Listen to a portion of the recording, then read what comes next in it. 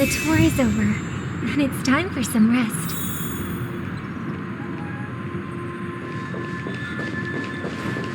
Checked off the list. Oh dear, it's Mr. Sunday! Hey, come over here! Looks like someone needs help. Let's go check it out.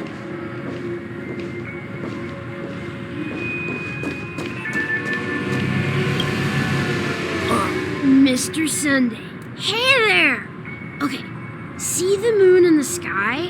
It's about the size of the cap on my soul glad bottle. If I just reached out my hand, I could grab the moon, couldn't I? The moon? You mean the Grand Theater? Yeah. Look at me. I've been away from home for too long. I must be missing that moon.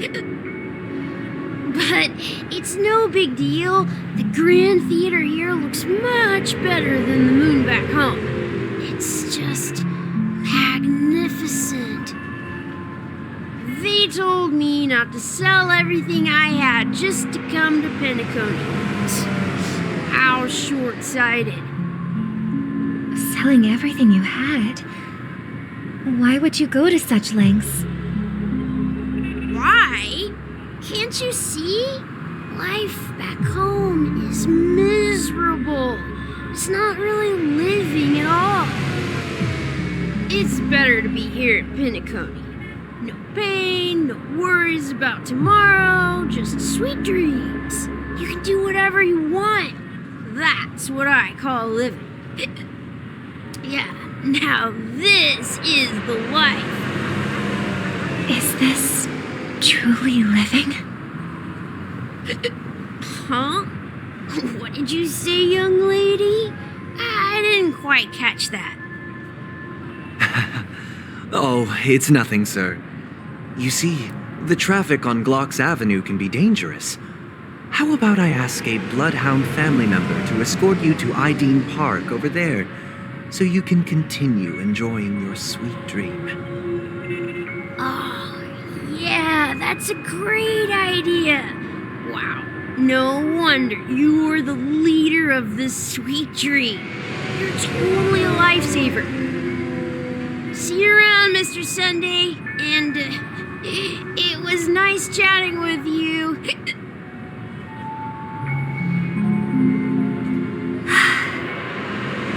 What's up, sister? This is the land of the dreams. But why do they live like this? The man we ran into, he doesn't seem happy at all. Even though sweet dreams are nice, they're just illusions. But for him, they're the only way to survive, even if it means giving up on reality. That's not really living at all. I suppose you have a point. But, in my opinion, that's how most people live their lives. Why do you say that? You think that man is not actually living, but that's not quite accurate. Even without Penacony, people create their own illusions called self-value. People believe they have a predetermined value to fulfill. Gaining value means gaining power, and those deemed worthless are seen as the weak. However, value doesn't come out of thin air, and there's a limit to it. To accumulate value, people have to take from others, so the weak get exploited and oppressed. Are you suggesting that this is not how things should be? Exactly. But, ironically, people don't think there's anything wrong with it, because they uphold the illusory notion of self-value, and even the weak believe in it. The survival of the fittest. That's where all the tragedies in the world come from. People come to the sweet dream in Penacony to escape from that reality and find solace. No tragedies exist here, only happiness. although in its nascent form. Isn't that the same paradise we yearn for in our dreams? Perhaps that man is just an exception. Let's not jump to conclusions. We should experience the dreamscape ourselves, just as I did at Dreamflux Reef. Yes, seeing is believing. I'll accompany you. The Dream Master hasn't shown up yet, so we have some time for a stroll.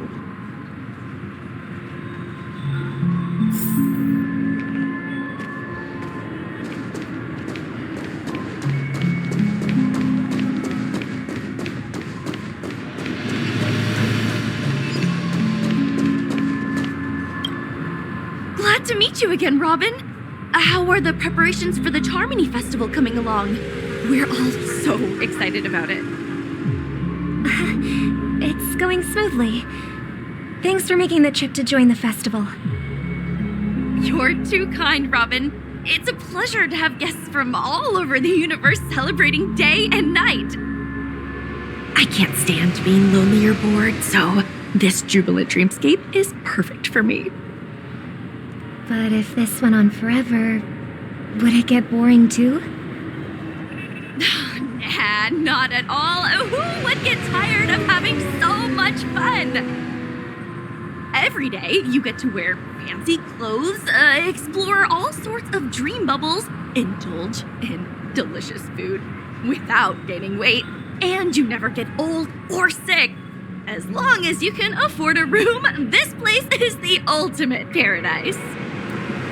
But you know that only a few things can be brought back from the dreamscape to reality, right? That's exactly why I don't plan on bringing anything back. Just enjoying the dream itself is good enough for me. I mean, I'm not one of those long-living species. I only have around 60 or 70 years in this lifetime, and there's so much to worry about. Being happy here is pure bliss. Only in this sweet dream can I truly feel like I'm in control of my life and fate. Who would want to go back to reality after experiencing this bliss? I see. I genuinely wish you all the happiness in the world. And I wish you a fantastic performance, Robin! I'm off to the Blue Hour for the ball. See you later.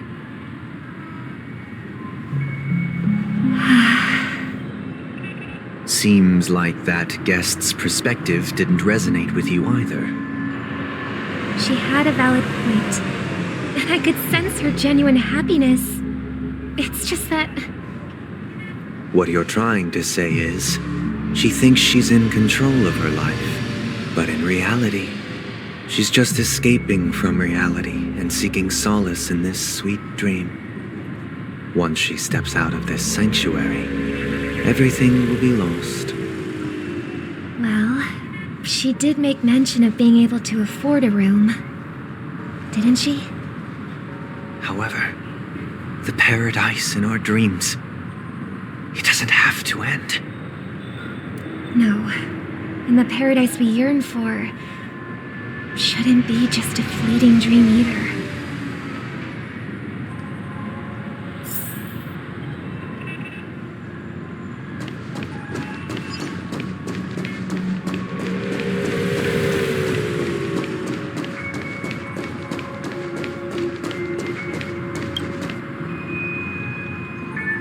The scenery in this dreamscape is truly breathtaking, isn't it? Oh, Robin. Can't believe I'm meeting you in person here. What an honor. You're right. Even though time stands still in this dreamscape, it always feels fresh. I find something new every time. A philosophical mind. I hope I'm not intruding. Oh, not at all. No. With little time left, I yearn for meaningful conversations, especially with someone as esteemed as you. Do you mind if we chat? It's my pleasure. No need to be formal. Just speak your mind. You said, with little time left. Please, forgive me for being blunt. But is that why you came to Penacony? Yeah. I was part of a war, and while escaping from the Sarkosian mothership, I got exposed to some radioactive materials. And then, all my comrades died, and my hometown was wiped out by neutron bombardments. I couldn't bear to live with everything I knew gone. That's when I heard about a possible solution here, so I came. How heart-wrenching. I hope the family has been able to help you. They have, and I'm truly grateful for that. They provided me with a comfortable room, the most advanced life support devices in the cosmos, and a stellar team of caregivers. My physical body is now in the dream pool, sustained by life support. The me you see here is whole, rational, and no different from any other person. But I can't say the same for the me in the hotel room. My true appearance? No. I hope you never have to witness it, Robin. So, you'll be living forever in this dreamscape, right? Just being able to live at all is good enough for me. Whether it's in this dreamscape or not, I don't really have much say in the matter. My world has been torn apart, and my life could end any second. So, even if this whole place is an illusion, it's still my paradise, and I'll treasure every moment I spend here. How I envy those everlasting things. That old man's story. It's so tragic. Fortunately, this sweet dream gives him joyful memories to hold on to for the rest of his life. That's precisely why this sweet dream in Penacony exists. However, even this sweet dream has its limitations. While it provides solace to the disillusioned, it can't completely eliminate pain in reality. There will be a way out. Penacony is already on the right track.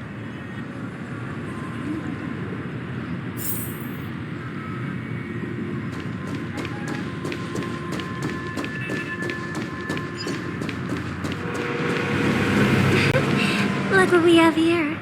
A lovely young lady. Wait, is that me?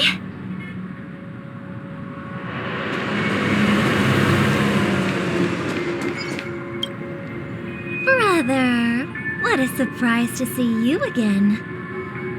Show yourself. Your trick won't work on us. I've heard that a skilled masked fool received an invitation too. That must be you, right? Did you enjoy yourself? Barely. The people here are way too gullible. A little bait is all it takes for them to bite. And they run away at the slightest hint of danger. In other words, they're naive and cowardly. Now that you've had your fill, it'd be wise to leave before it's too late. The music of the harmony doesn't tolerate discord. What? Now that you have the real Robin, I'm useless? Oh, how disheartening. I've done so much for the family. You should be thanking me, because if it weren't for me cleaning up this mess, Penacony would still be in shambles. Don't you think? That was a personal request from the head of the Iris family, and it has nothing to do with us. Step aside and stop causing trouble for the Charmony Festival. The Charmony Festival? You think you can scare me? You think I have no idea what you're planning? I don't care what you're thinking, chicken wing boy. But I'm pretty sure our lovely Robin won't be appearing on stage. After all, you're well aware of what a sorry state this dreamscape is in under the banner of harmony. Penacony, the land of the dreams. Is this truly the paradise you desire? Stop it. What's the rush, chicken wing boy? Did I get to you? Our paradise is none of your concern, masked fool. Leave now, or the family won't tolerate you anymore. All right. I'll go. But Robin, I suggest you seriously consider this. Do you really believe those living in dreams can escape pain and find true happiness? Well, I've done my part, and now I'm simply waiting for the fireworks to begin. Here, the last 2 gifts for both of you. And don't lose them.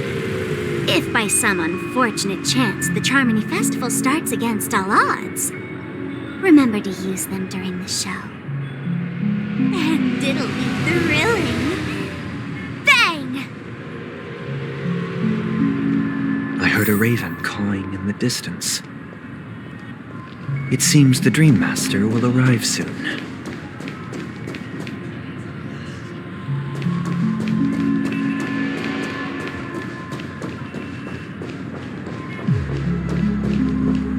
Let's wait here for the Dream Master to arrive.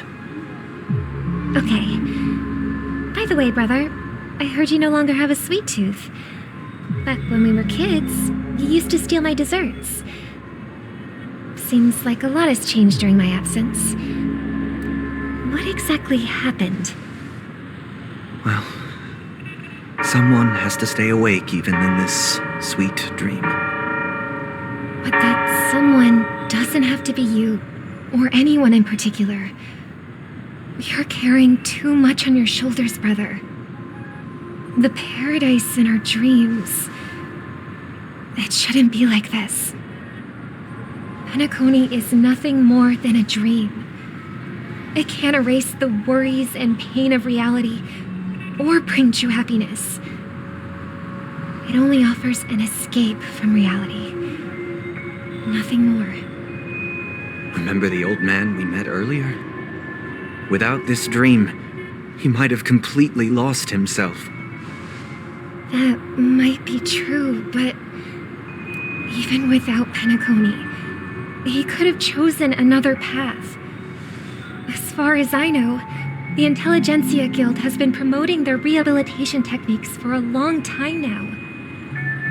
That path may have been more ordinary and challenging, but now he is receiving hospice care in a comatose state, and his fate is sealed.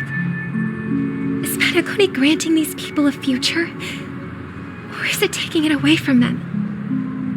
Well, don't forget this. Not everyone really has a future.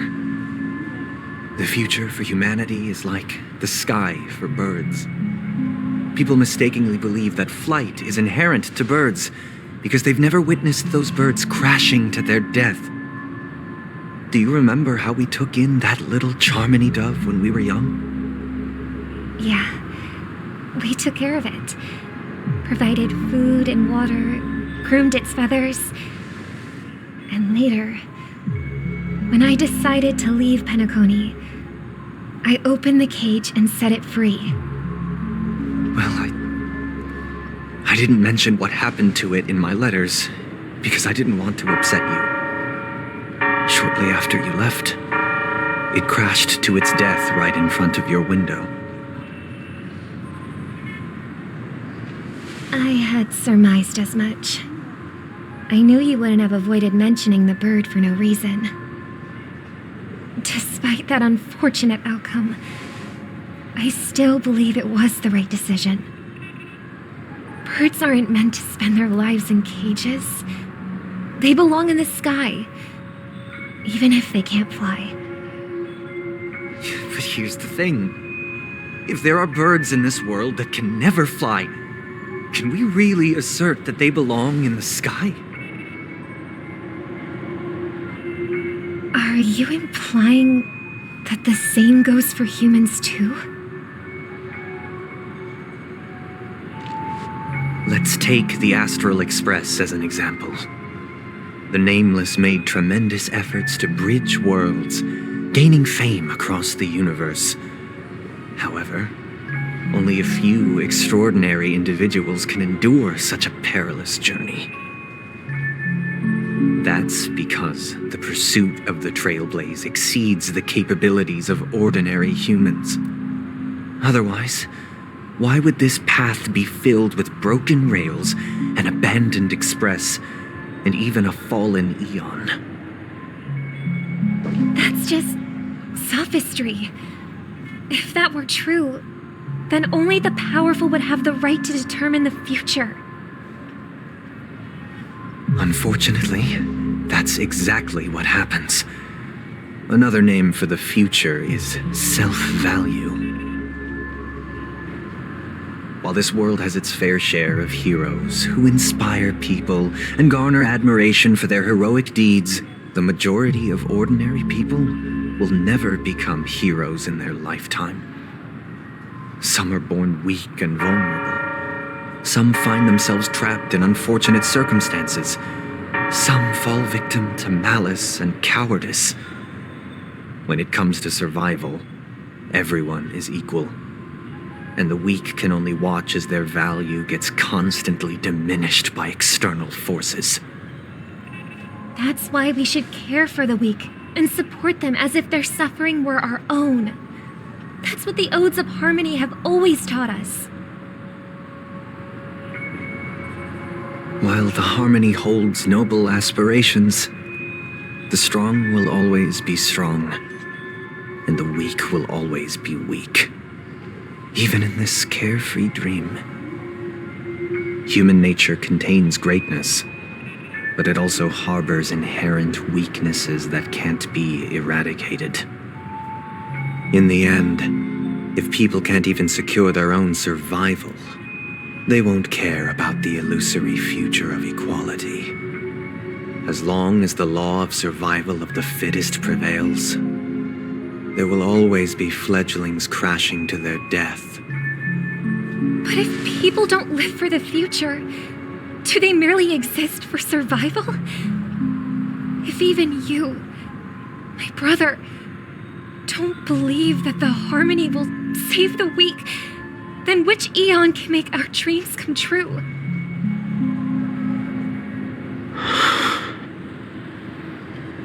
People often forget that when the first bird took flight, the entire world envisioned a future where no more fledglings would ever crash to their death.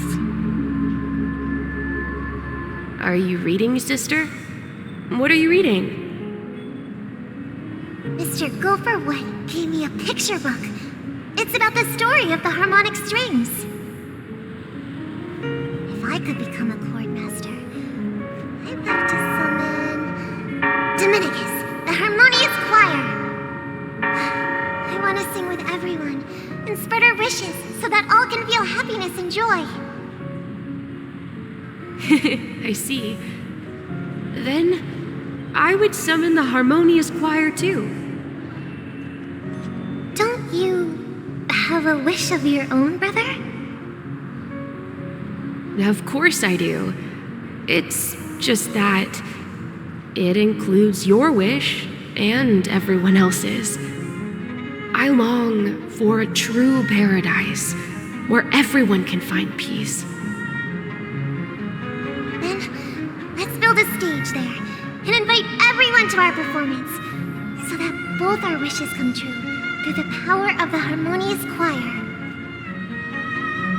It's a deal then. Yeah, it's a deal. But how can I become a chord master?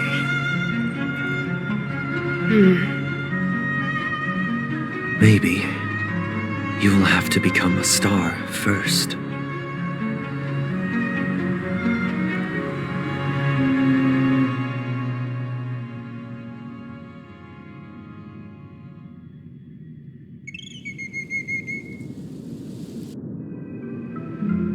You're back sooner than I thought.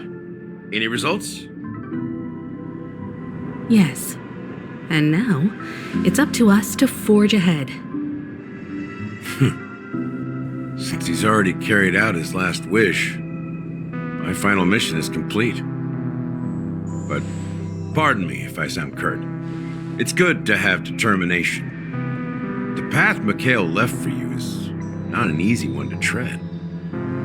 Why else would he have chosen to sleep in solitude, staking everything on some nameless in the future? But you have the numbers, and in numbers comes strength. So that might just delay your inevitable a little more. Got any more encouraging words? As I see it, relying on Welt's negotiations alone is far from enough. Regardless of whether the other party will be compliant, negotiating simply allows us to meet them as equals and won't grant us an upper hand. Penacony is our rival's home turf, and we already have very few chips left to play with. Rather than idly sit around while the family's got us blocked off, an offensive approach might be a wiser course of action. We're more familiar with the Stellaron's properties than most, and since it's the key to stabilizing the sweet dream, it's vital to the family's interests. By attacking their core interests, they're bound to retaliate hastily. And as the saying goes, haste makes waste. That's right. As long as we pose a threat to the Stellaron, either with words or otherwise, we have a chance at gaining the upper hand. But the problem is, on the eve of the Charmony Festival opening, how exactly are we going to get close to the theater? Family security will be airtight, and if we brute force it, even if we succeed, it's too risky. So, no one's gonna say anything? Then I'll raise my hand. I know the answer to this question.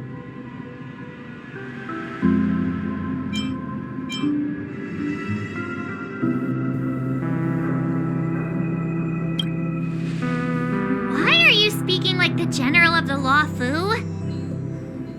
So, I heard that before the Charmony Festival begins, there'll be a pageant to kick off the festival. It's called the Soul Glad TM Festivity Auditions, or something, and it's going to be held in the moment of Scorch Sand. As long as we clinch the top spot, we'll be able to attain the title of Festive Superstar, and be able to personally bask in the graces of Miss Robin. Not that that's important. What's crucial is that we can enter the Grand Theater before the audience arrives. So, how do we go about participating in these festivity auditions? I've already procured special invite tickets from Miss Robin's fan club. To tell you the truth, I had been preparing to join the auditions all along, but now it looks like even if I scrape through, I probably still won't have the chance to shake Miss Robin's hand. So they're still running this thing, huh? It was originally just a publicity stunt, set up by Mikhail to drum up attention. But it looks like it might be worth a shot. We'll follow Marge's plan. Mr. Gallagher, will you be joining us? I'm afraid I won't have the time. As a virtual character, I've already completed my final mission. Whether Penacony can awaken from this dream is all down to you. Should we ever cross paths again? I'd love for you to visit the Express. All right. I'll have to add to that data bank of yours you've got on the Express. And Miss Firefly, we thank you for all your support. We're faced with a formidable enemy. As long as the Astral Express and Stellaron Hunter's objectives are aligned, we're willing to cooperate with you. We've already come this far together. I'd like to join you for the rest of your journey on Penacony. I'm pleased that we can finally fight shoulder to shoulder. I couldn't ask for a better ending. This is also the spirit of the Trailblaze. Now, everyone, let's prepare to move out.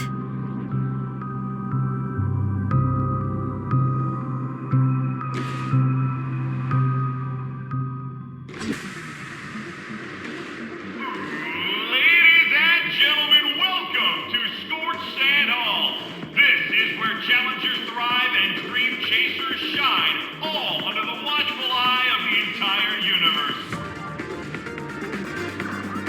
If you have ambition, dreams, and the drive, dear friend, the next superstar of Penacony's Charmony Festival could be you.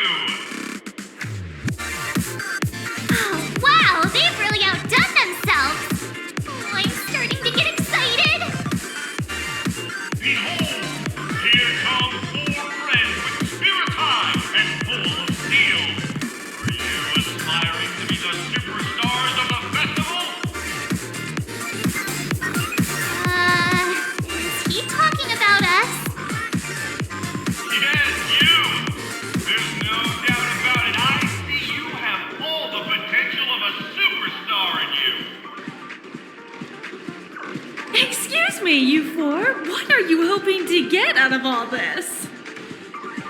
As the last group of contestants, how confident are you in overcoming all of the challenges? Would you be open to a brief exclusive interview with us? It'll be quick. Your journey is long and fraught with peril, yet under a sky blanketed by banners, you vie for the crown. The sword and rose! Protect the beauty! The beauty, the beauty! Magnificent and majestic! A knight's head is hard as steel. Brotherland's focus is stubborn as a heel. We don't all have to be winners, but if we don't have fun, we'd all be sinners. People are pouring in. Kinda feels like all sorts of baddies are showing up. Let's get in there quickly and enter the competition. Ladies and gentlemen, please make way. Make way. Coming towards us now is one of Penacony's top 10 wealthiest tycoons and the soul-clad business empire's founder, Mr. Ideed. Allow me to introduce myself. I'm the director of Soulglad's factory, Haideen Lira. My 4 friends, introduce yourselves to the audience across the cosmos. Hello, everybody. I'm Himiko, a nameless from the Astral Express, and these are my companions. Don't you guys need to hide your identities? Can't hide it anyways. Penacony is plastered with our posters. And because the Astral Express is so well known, the family won't dare to make any rash moves.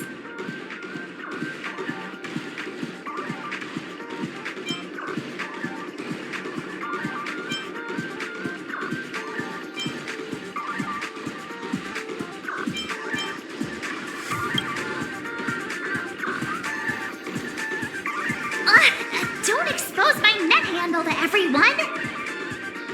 Hello, everyone! I'm March 7th. I'm an ordinary girl who loves adventures. Hello, everyone. I'm Firefly. I am also an ordinary girl who enjoys adventures. So it's a bunch of nameless guests. This final face-off is bound to be spectacular. Time is precious. My 4 friends, come with me. Grab a bottle of Soul Glad and make your dreams a blast.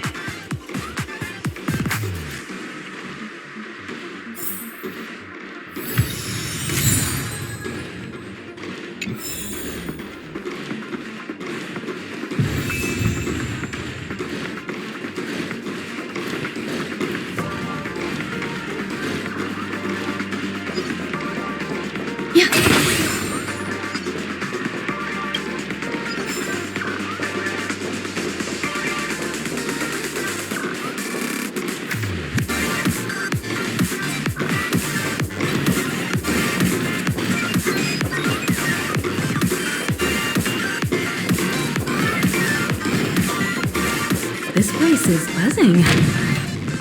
That's right. This venue is a miniature representation of that time known as the era filled with boundless possibilities.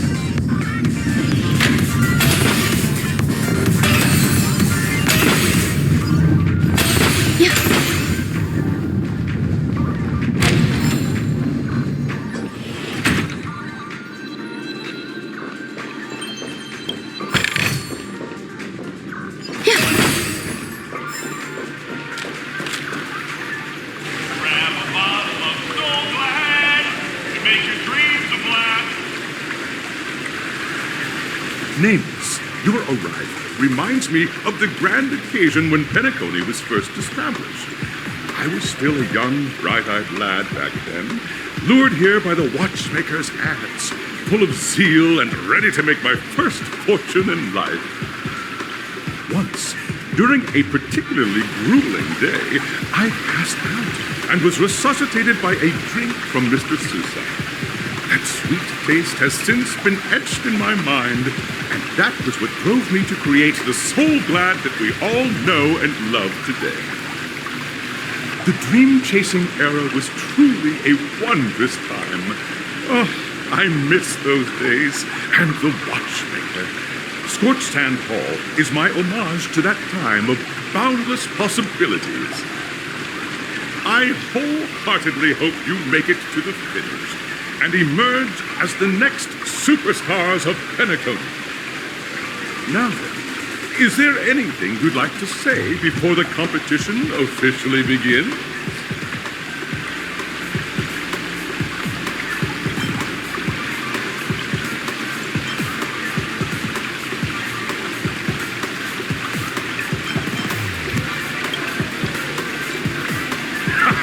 That's the trailblazing spirit. How about you, Miss March? Hello, everyone! Next up, get ready for the Mega March 7th Adventure, where I'm going to break the speedrun world record! Trailblazing into the uncharted and challenging the limits. That's Miss March 7th for you. How about Miss Firefly? I hope that by the end of this journey, everyone will have achieved the outcome that they hoped for. Ah, a wonderful wish! Miss Himiko, what are you expecting from your team? Safety first, everyone. Simple words, but full of warmth. Waiting for you are 3 stages, each connected to that era. The first 2 stages offer 2 distinct paths to choose from, with unique challenges on each round. And in the last stage, you will face off against a champion who has defended the title to this very day. A beloved contender whose noble virtues are unrivaled. Those are the rules. Simple. Everyone clear? Now, I hereby announce that the 33rd Scorched Sand Festival of the 20th season, sponsored by Soul Glad Enterprises, has started.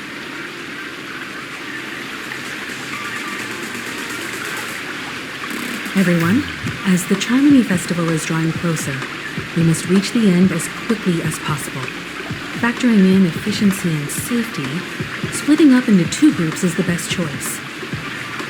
March and I haven't known Miss Firefly for too long and aren't overly familiar with her. It'd probably be better if the 2 of you paired up. Fine by me. Let's do it. All right. I don't have a problem with that.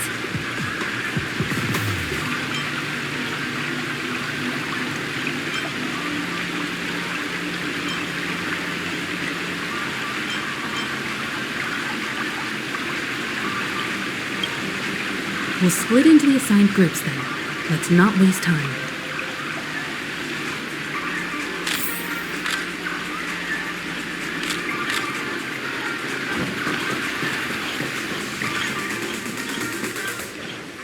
Welcome to the first stage of Soul Glad Enterprises' 33rd Scorched Sand Festival of the 20th season, Dream Play Fantasia. In this stage, you can choose between two challenges: the School of Acting or School of Action. In the School of Acting challenge, you have to complete 3 performances from 3 scripts and move the panel judges. In the School of Action challenge, you have to defeat 3 groups of enemies convincingly and reach the end. Now, make your choice.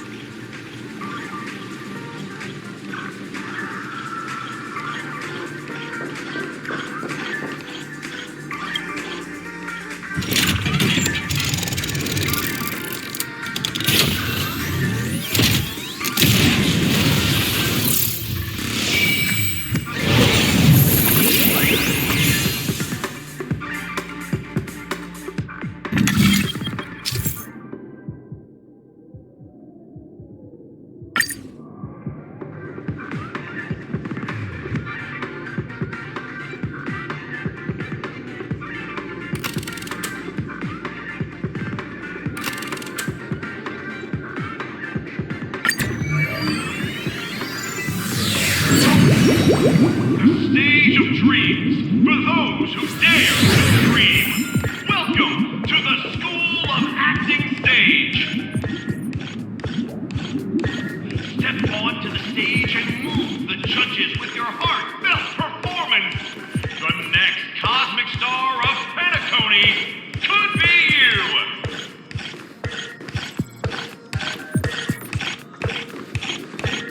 Competitors, allow me to introduce the rules of this challenge to you. There are 3 stages up ahead. On each, you will find an outline of a script. These 3 scripts were written by the legendary filmmaker, The Watchmaker, and depict various stories from Penacony's era of pioneering. Your task is to bring those moments to life, find the right words, and act convincingly to make the judges feel the script's intended emotions. Oh, I wish you a successful performance. Also, a bit of trivia. The record score for this stage is held by a participant with fiery red hair. His exceptional performance brought even the strictest judge to tears. It's like he wasn't even acting at all. We are running out of time, so let's get this over with quickly.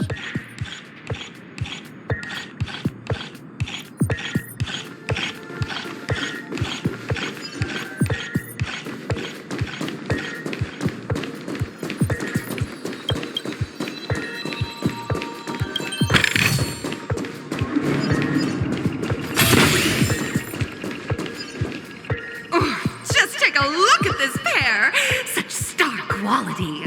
Since you come as a pair, I'll prep a 2-person scene for you. You 2, are you ready? Envision that you both, driven by the spirit of exploration, are arriving at the land of dreams that is Penacony for the first time. But instead of lush lands, you find yourselves amidst swirling sands and desolation, far from the paradise the Watchmaker described. You're driving an old clunker through the wilderness of the dreamscape, braving the cold wind, choking on the dust, and suddenly, a fierce memory zone meme blocks your path. Now, Mr. Greyhair, what line would you deliver to express your disappointment in Penacony?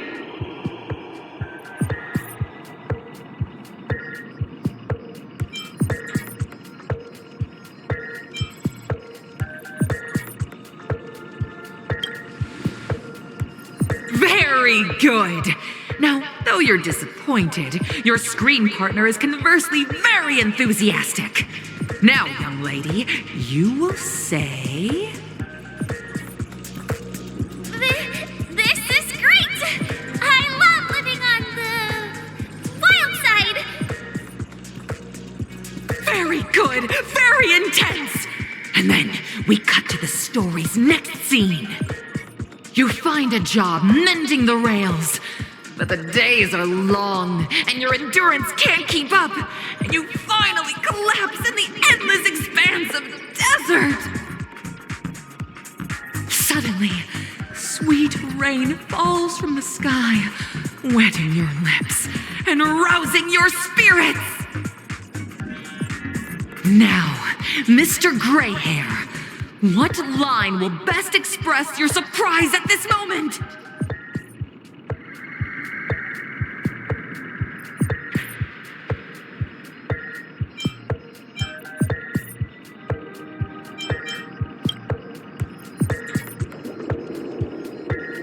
But at this moment, your partner yet gazes into the sky, both her eyes closed.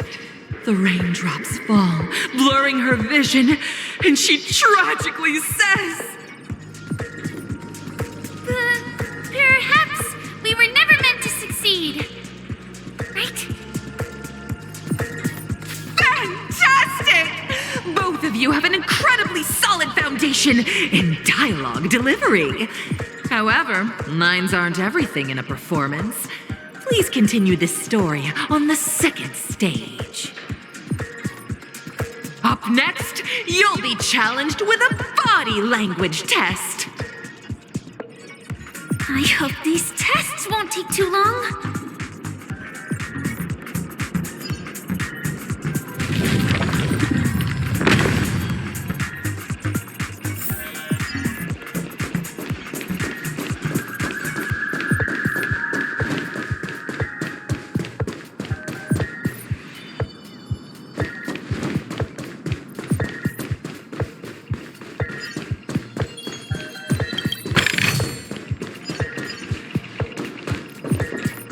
Here, you two are required to skillfully utilize body language to portray the story context I've laid out for you.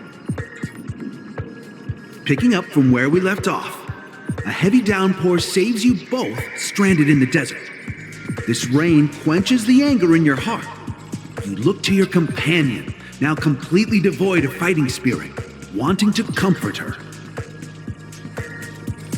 At this moment, what should you do to make her laugh?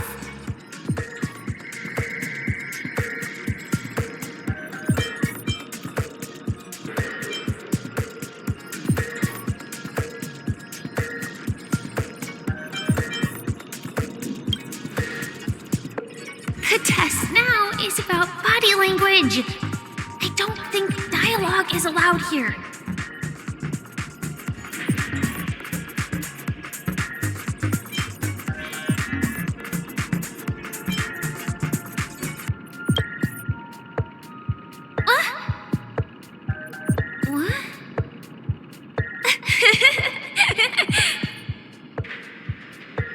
Right answer! Your companion sees you rolling about in the sand and thinks about the arduous obstacles along this journey. She can't help but let loose a laugh, rekindling hope in her heart. And so this girl... I'm gonna get back on my feet and keep moving forward. A tug at the heartstrings! The story continues to develop. The heavy rain leads you both to sense a business opportunity, so you start venturing into the umbrella industry. But just as the business begins to pick up, competitors start flooding the market with low-priced goods, squeezing your market share. You have no choice. The goods you stockpiled at high prices have to be sold at a loss. This is a pretty self-destructive move, which drives your business to the brink of bankruptcy. At this moment, what would you, who refuses to admit defeat, decide to do?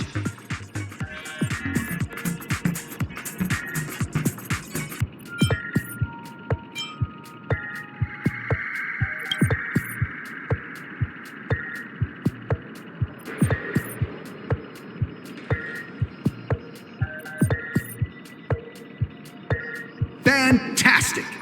But it's a pity your friend does not agree. Seeing that you're up to your eyeballs in debt, she sees nothing but despair in her future. And then...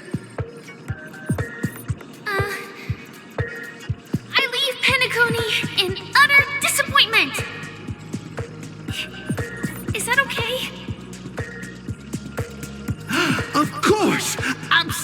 Absolutely! I was this close to tears! Both of you possess exceptional acting talent! However, the true test is yet to come. You're about to encounter the harshest judge this show has ever seen. You'll need to rely on perfect performances if you want to win them over.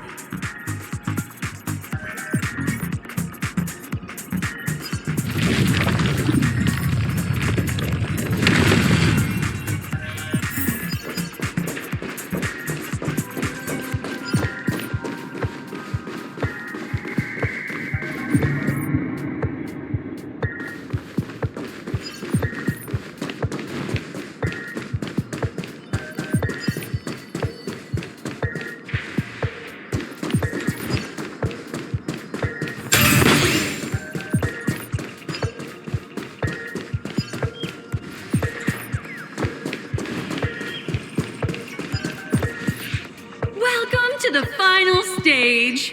Actually, all the scenarios that you previously encountered were all from the film Once Upon a Time in Dreams. Two companions arrive on Penacony with nothing but a dream.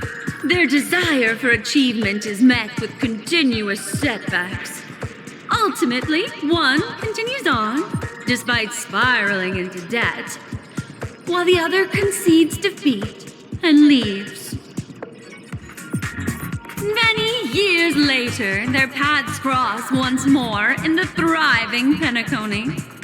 Yet, they refuse to acknowledge each other because...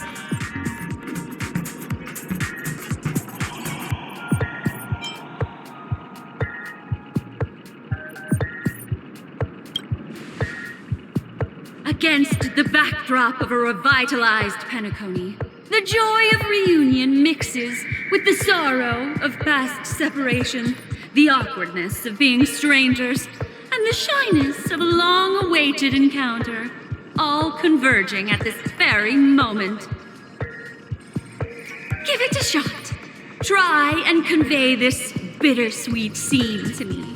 Bring it to life with precise and emotive acting.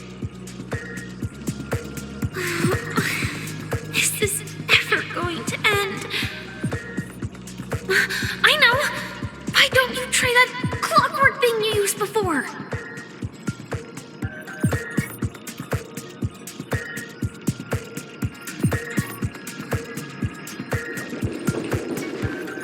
Your performance is far from satisfactory.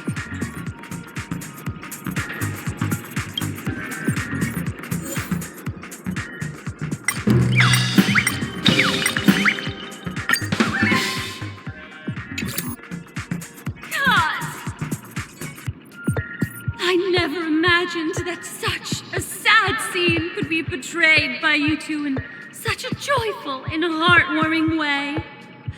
Two people sharing a long cherished friendship, as if time and status meant nothing to them. Huh? But we haven't even done anything! Is his imagination running wild again? Brilliant! Your portrayal outdoes the original. It's simply beautiful.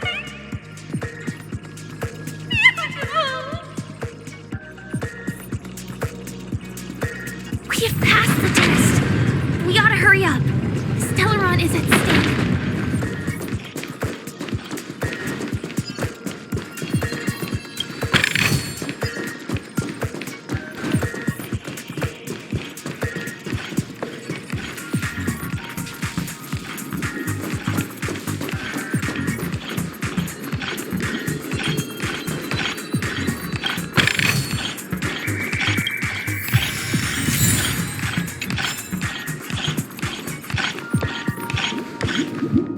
Congrats to both of you for clearing the stage, but more importantly, are you having fun? Fun is more important than success. Look at the time! You finished much faster than that red-haired contestant did. red hair contestant. Who is that exactly? You'll find out eventually, but only if you clear the next test first.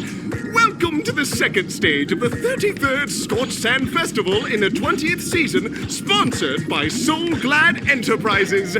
Gunfire time! You have the option to choose gunfire and undergo Brother Hanu's trial, or time, where you'll face Clocky's trial. And now, make your choice!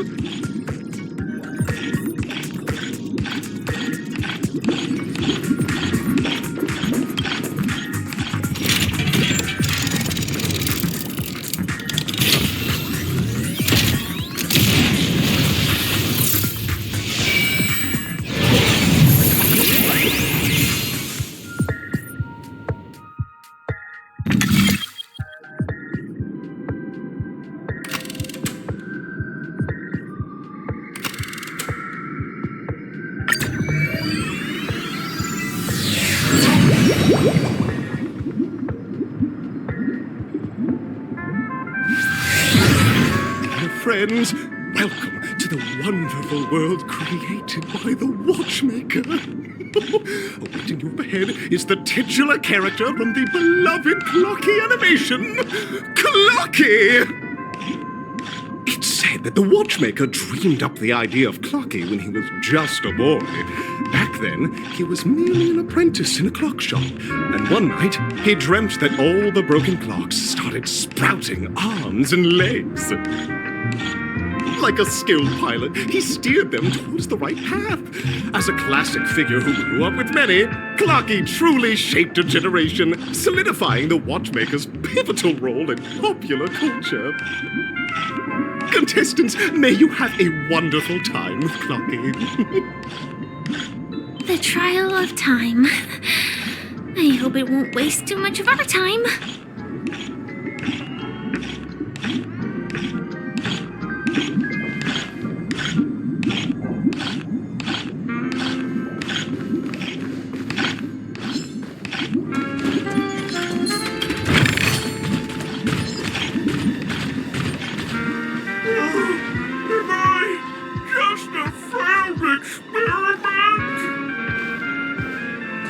That statue. Did it just speak?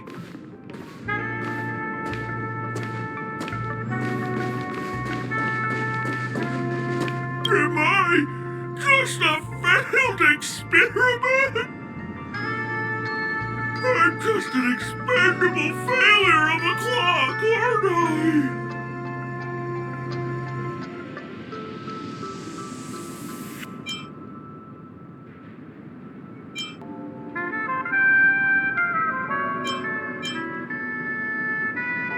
Hey, so I'm not just a failed clock, I'm also a failed toy.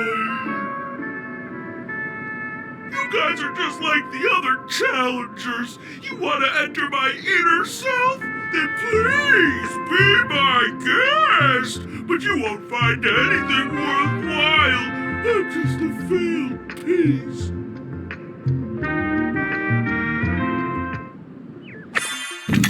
See? I'm just empty inside. Tick-tock!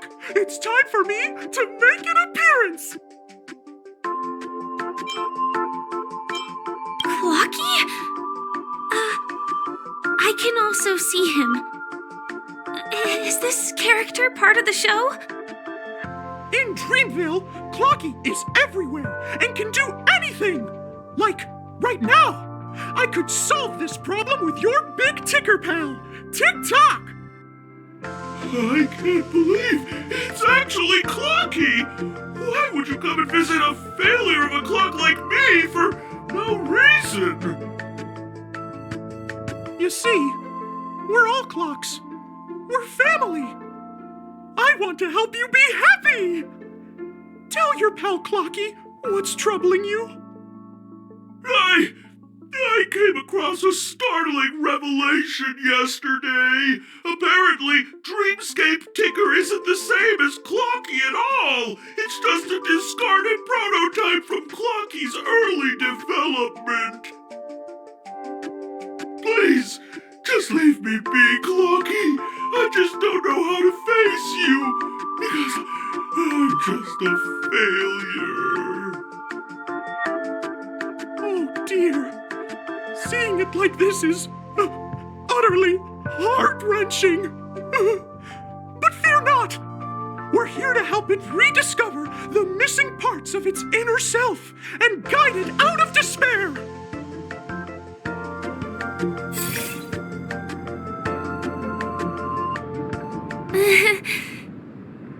I guess even troop members can experience existential crises. Don't worry, miss. I've already pinpointed its missing parts. Over here, my friends. Better use that hamster ball night speed.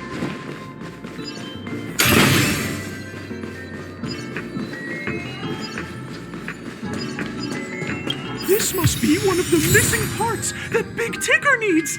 That's great!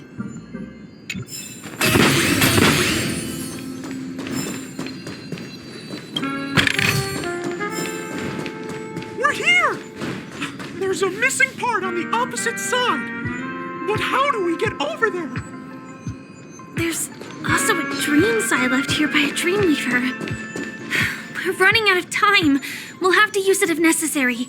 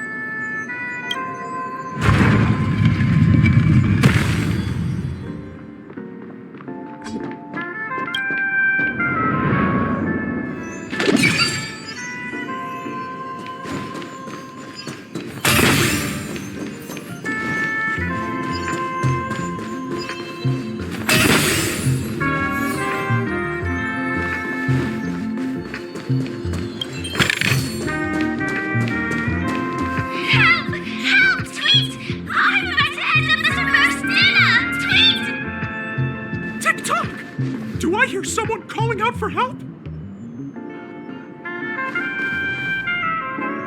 Tweet! Help, help, help! Tweet! This man's body is boiling hot! Tweet! Is anyone there? Tweet! I can't take it anymore! Tweet! Oh dear! It's an origami bird! What's it doing in Beyond Overcooked's tail? Is that Clocky? Tweet! Please save me, Tweet! I'm being roasted alive, Tweet! A roasted bird? Oh! This is horrible! Let's save it, quickly!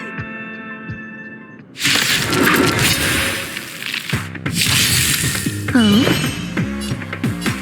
Eternal. I'm scared! Give me strength! Destiny's hand has truly blessed me. Evil devils! I'll crush them all! Stand still.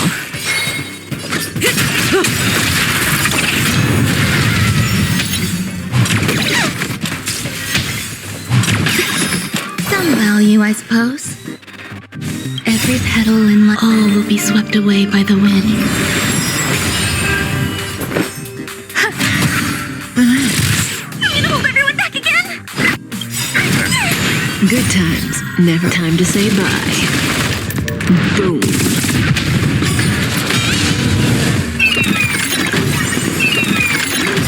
Say bye to breathing.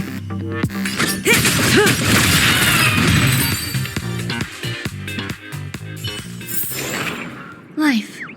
A true marvel. Thank you, guys! Tweet! I feel I'm about 70% cooked, Tweet! Thank goodness you're okay! But why did you burrow yourself into that fella's tail? Because that fella stole one of Mr. Big Ticker's pots! I wanted to help retrieve it, but I accidentally got myself stuck in the oven! Tweet! Go ahead and get it, but be careful! It's hot!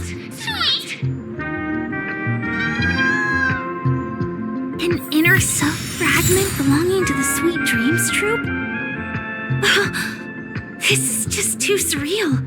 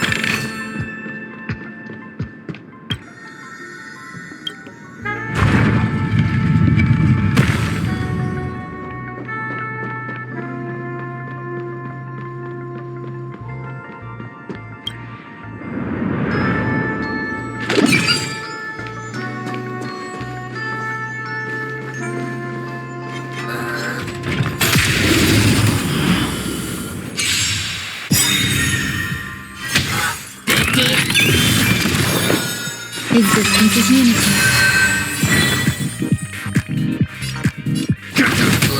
Stand still.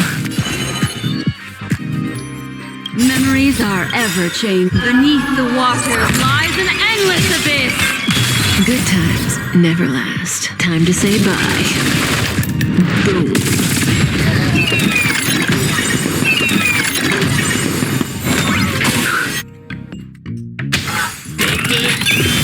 Some value as every petal in life's all will be swept away by the wind. These are devils! I'll crush them all! Good times never last. Time to say bye. Boom.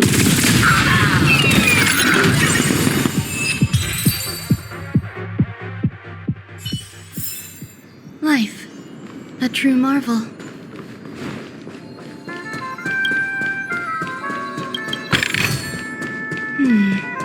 A few decorative designs wouldn't go amiss.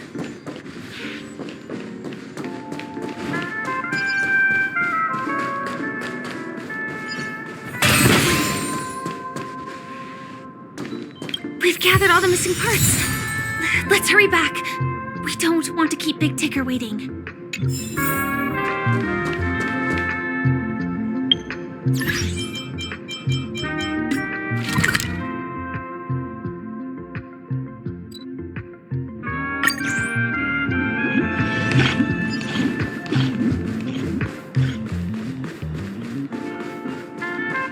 We're back! As long as you have these, you'll be able to find closure. Tick-tock! Wow! This sudden surge of joy! It's working! Tick-tock! Next, we just need to enter its emoscape, help connect its pathways, and we're done!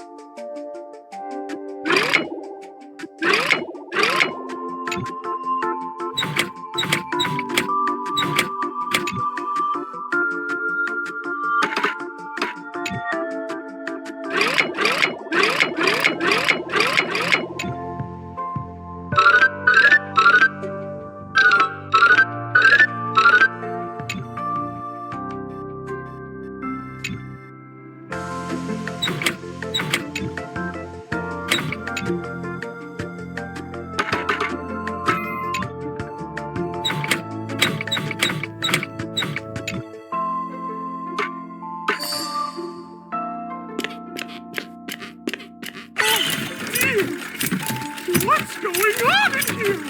Your inner self is a mess! I'm not qualified to be the real Clocky. Just give up, Clocky.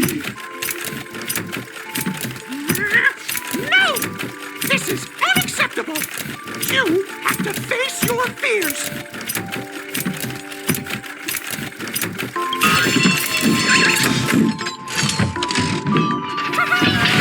Success!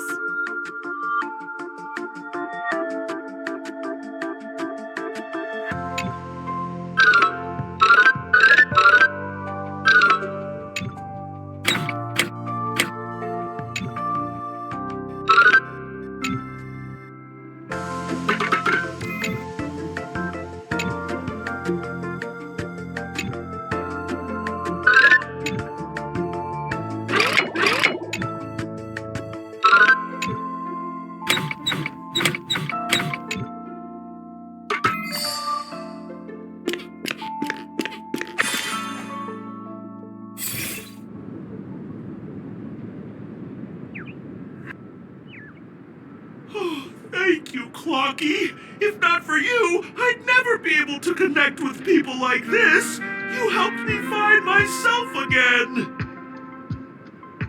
No problem at all! As the guardian of Dreamville, it's what I'm here for! Tick-tock! Oh, my friends, you still have other important things to do, right?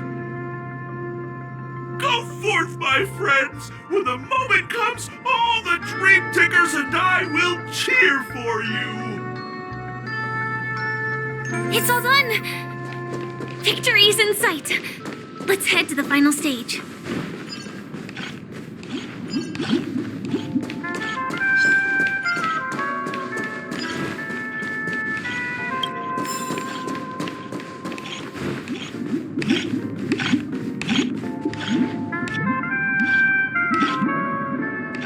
Congratulations to both of you! Oh, you've overcome all obstacles and proven yourselves! But, unfortunately, there is only one who can be Penacony's festive superstar.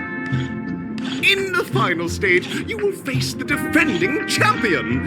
If you fail, you will lose the opportunity to become the festive superstar. Welcome to the 33rd Scorched Sand Festival's third stage in the 20th season, sponsored by Soul Glad Enterprises, Superstar Showdown!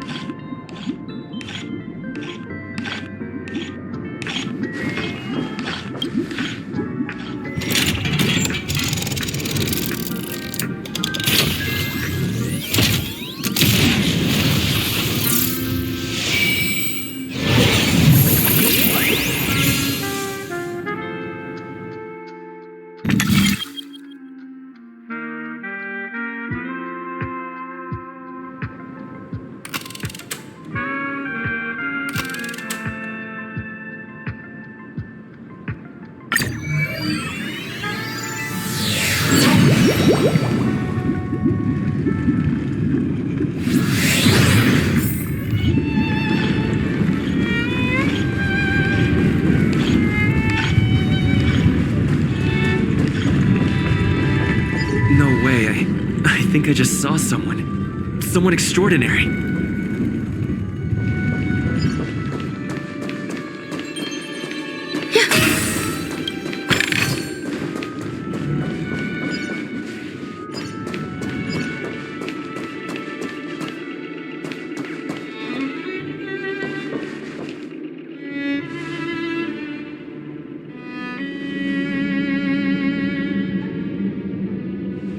Are you a Knight of Beauty?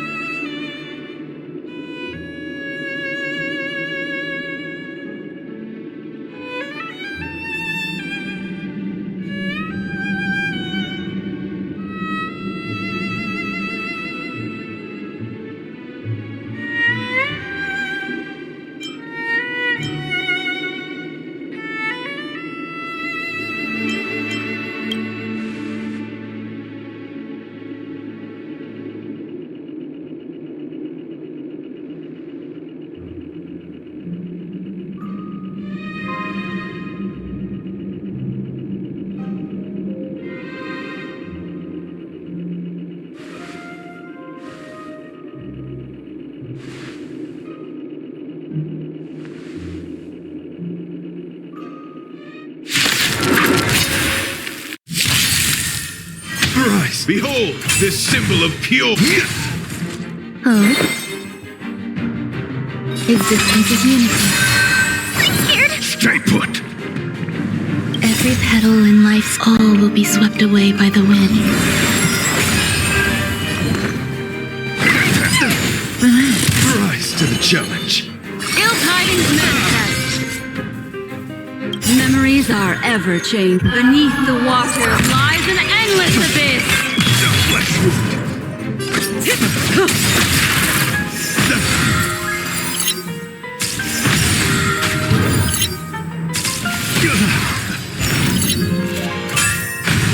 Let the duel commence. There's more to life. Good times, never time to say bye. Boom.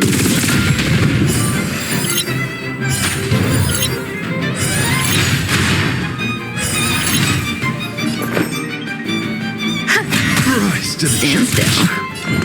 challenge. May as well kill 'em all. The flesh wound. Ill fate is said.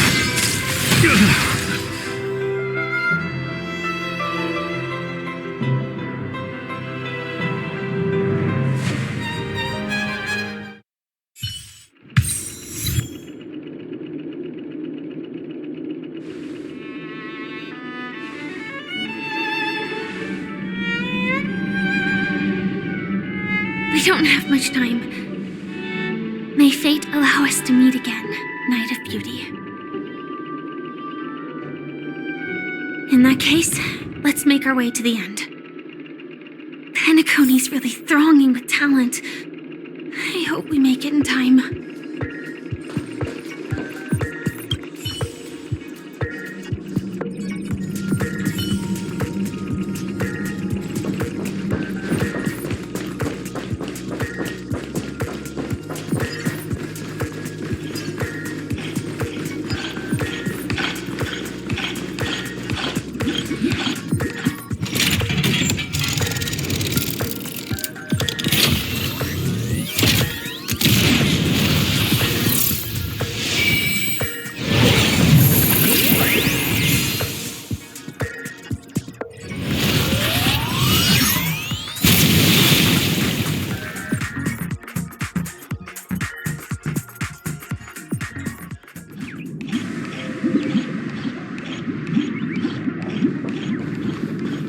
Congratulations to the Galactic Baseballer and Firefly on becoming this Sports Stand Festival champion!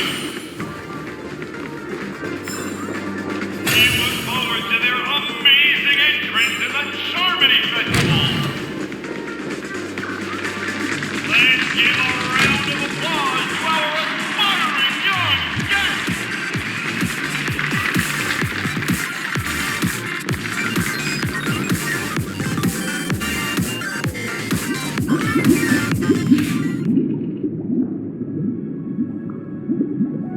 Congratulations to the both of you on becoming the festive superstars of this year's Charmony Festival. Before entering the Grand Theater, I, on behalf of the organizers, extend my sincere congratulations to you, wishing you joy under their radiance.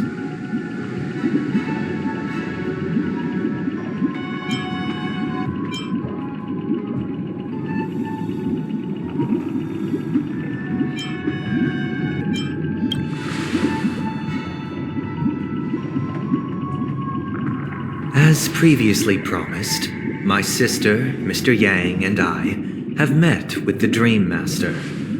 We delved into the truth about Penacony and its Stellaron, and have come to a consensus.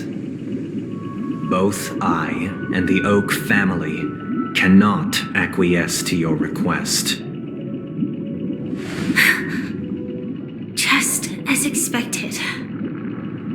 We acknowledge the perspective of you nameless. Penacony does require change, but not as you propose.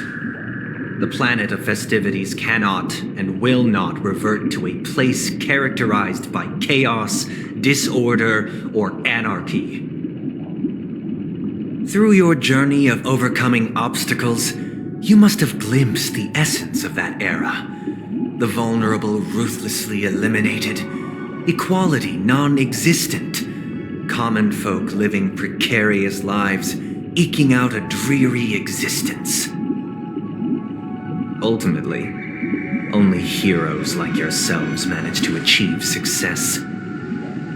But I would dare ask, if you did not possess the special status of having a Stellaron, and you were but an anonymous and frail member among the masses, which Penacony would you prefer?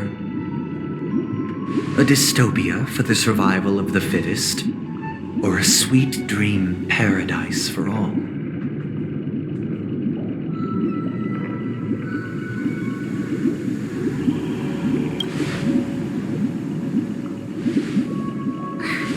That's not the point! Don't let him mislead you! Mr. Sunday, even if the members of the Oak family can't fully agree on what to do about the Stellaron, now's not exactly the time to be holding an extensive discourse about Penacony's past and future, is it? The Stellaron issue concerns the life and death of everyone on Penacony. If anyone has a better suggestion, the crew is more than willing to listen. Also, it'd be best to tell us the ins and outs of that meeting. This way, we'll at least know what Welt and Miss Robin are dealing with, and the reason why they failed to make our appointment. Ah, Navigator. That is precisely my intention. With all present, let's begin by discussing the details of that meeting. Let's talk about our tribulations and choices, our ideals and beliefs, and our final course of action. The only path to take.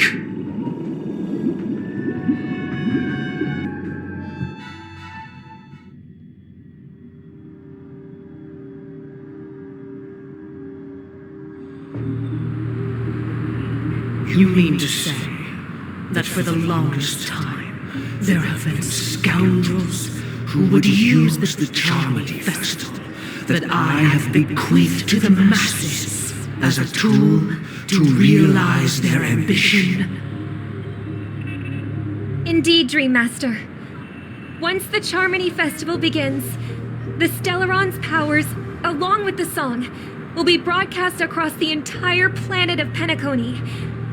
And then everyone in their dreams will be unable to awaken. This is indeed surprising to me. The dreamscape is maintained by the collective effort of the 5 families. If someone were to use the Charmony Festival to recklessly disseminate the power of the Stellaron, this individual must hold a position of great authority. Do you have any suspects? I'd like to ask, did you really not know of the Stellaron's existence? I would have never thought that this nameless would point the spear at me.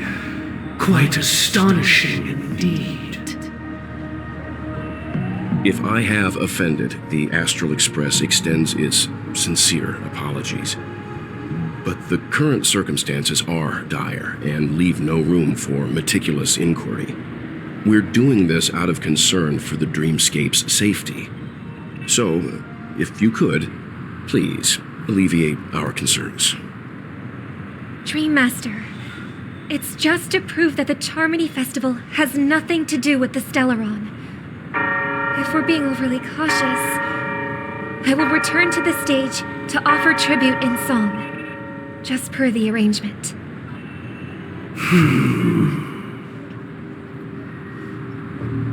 Sunday, Robin, I've watched you two grow up and know your dispositions like the back of my hand. Both of you, right now, can surely be lauded as their most devout advocates. I already know your resolve. The magnitude of this matter is enormous and cannot be taken lightly. Since Mr. Yang has asked with such earnestness, I will personally respond in kind. If there is a need, the entire Oak family will be mobilized to heed your call. Someday, might I ask you to beseech them to cast their light unto me, and question me in their stead, so that no lies may be concealed? I will do as you command. Robin, could I entrust you to be present as a witness, to document the truth, and to proclaim my innocence, so that all slander may be utterly dispelled? I will do as you command. May thy will be carried out on earth, just as it is in the heavens. Oh, triple-faced soul, please sear his tongue and palms with a hot iron, so that he will not be able to fabricate lies and make false vows. Let us begin. There is nothing else to prepare. Understood. Question. Have you devoted your life to your god, never worshipping other gods? Naturally. Do you love your god as you do yourself, always heeding their admonishments? Naturally. Have you strayed from the path expected by your god, betraying their name? Never. Have you ever been inordinate with your asks of your god, coveting more than the foundation of the creation itself? Never. Then, a final question.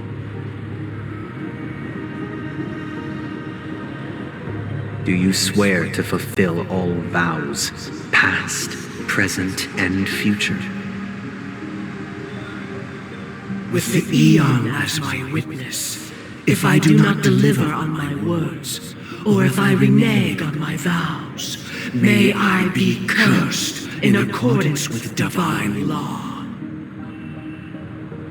They have seen your faith, and have endorsed your faith. With this, it can be evidenced... Just a moment. What is it, Mr. Yang? I have another question I hope to have answered. To my understanding, the family's harmony and prosperity have never relied on so-called divine laws. The god you both mentioned, are they truly Shipe? Mr. Yang should know that those belonging to the family toil together as if they were kin, embracing solidarity and unity under their light. All duplicity is laid bare before the harmony. Such a delicate and complex symphony. Which other god could perfectly harmonize this, if not for the great one, Shipe? Perfectly harmonize. Therein lies the problem.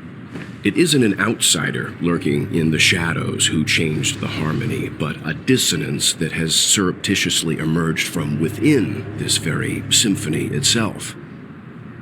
In the distant past, there existed an Eon. With one flick of the wrist, they crafted the laws of the cosmos. Their followers formed the Beyond the Sky Choir, spreading solemn and reverent hymns throughout the universe. Later, they fell. The route traversed by this Eon clashed with the harmony, ultimately being absorbed and fused into it. The chorus that once reverberated across worlds fell silent, and when it echoed anew, it was transformed into the hymn of harmony. Though an Eon may perish, paths with no masters still linger. In the all-forgiving harmony, echoes of bygone dissonance may subtly arise. Mr. Yang, being overly astute can be a detriment, especially when you find yourself alone and without allies. So this is how it is. For the sake of our grand cause, Sunday, please afford these two an opportunity to rest. What?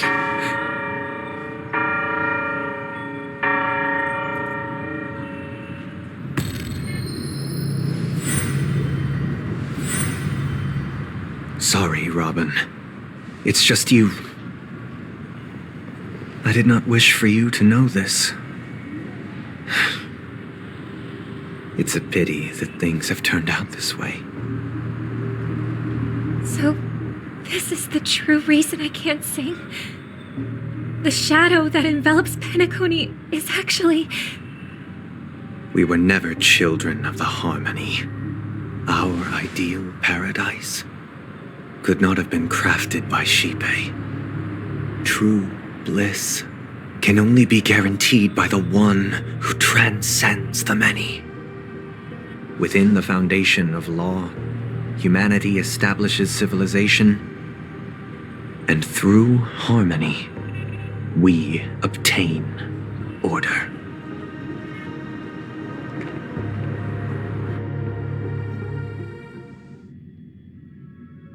Unbelievable. To think that there would be remnants of the Order on Penacony. What have you done with Mr. Yang and Miss Robin? Don't worry. I just gave them some time alone to ponder their fates. You should know that these actions make you an enemy of the Astral Express. Should we need to stand against the Nameless, it would only be myself and the Oak family involved.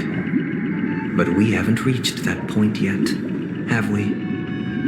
Your efforts for the justice of Penacony are evident to everyone, and have been widely observed.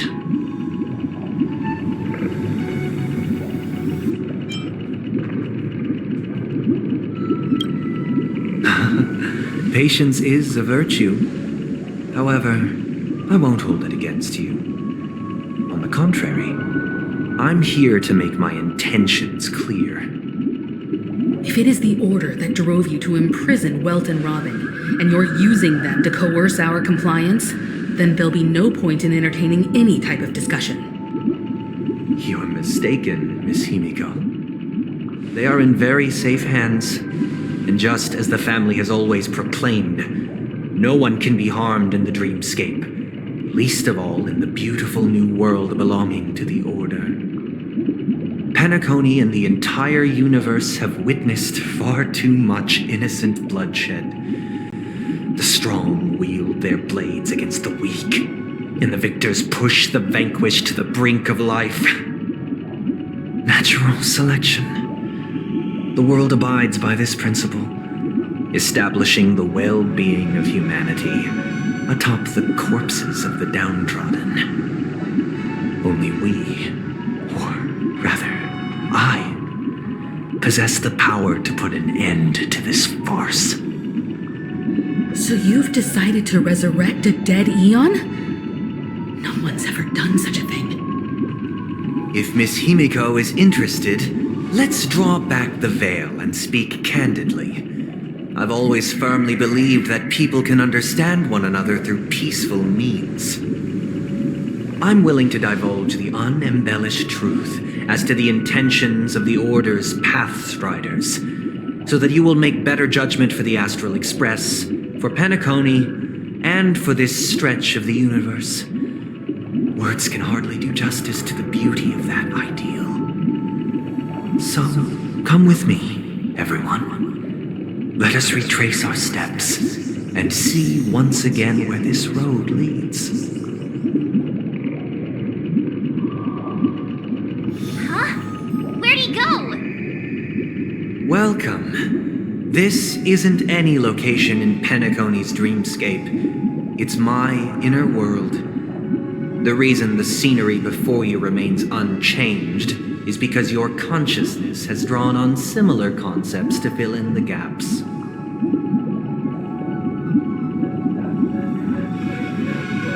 Did you do the same to Welt?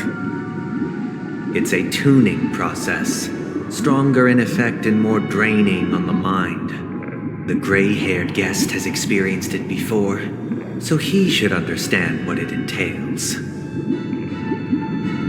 Tuning allows you to intuitively grasp my feelings, which also means that I cannot hide anything from you. Now, everyone, please look at the huge screen. The road we once took begins here.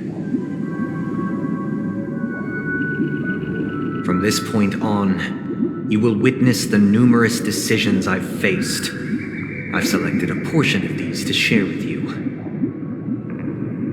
I believe after going through similar predicaments, you'll be able to better understand my thoughts. Let's begin. The first decision. A story about a baby bird. This story happened when Robin and I were very young. We were victims of the Stellaron disaster, and the family's Mr. Gopher Wood, who would later become the Dream Master of Penacony, saw that we siblings had no one to turn to and took us in. Later on, Robin and I lived a time with nary a care in the world. One day, after dinner, while my younger sister and I were lounging about in Mr. Gopher Wood's yard, we spotted a fledgling Charmony dove all on its own. That baby bird was tiny. It didn't even have all of its feathers, and it couldn't sing. When we found it, it was already on its last breath, having fallen into a shrub, probably abandoned by its parents. We decided to build a nest for it right there and then. However, thinking back, that winter was unusually cold, with fierce winds at night in the yard, not to mention the many poisonous bugs and wild beasts in the vicinity. It was clear that if we left the fledgling in the yard, it stood no chance of surviving until spring. So, I suggested we take it inside, place it on the shelf by the window, and asked the adults to fashion a cage for it. We decided that when it regained its strength enough to spread its wings, we would release it back into the wild. The tragic part, something that we'd never considered, was that this bird's fate had already been determined long before this moment. Its destiny was determined by our momentary win. Now, I pass the power of choice to you all.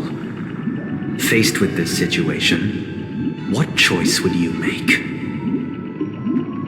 Stick to the original plan and build a nest with soft net where the Charmony dove fell. Or build a cage for it and feed it, giving it the utmost care from within the warmth of a home. I eagerly await your answer.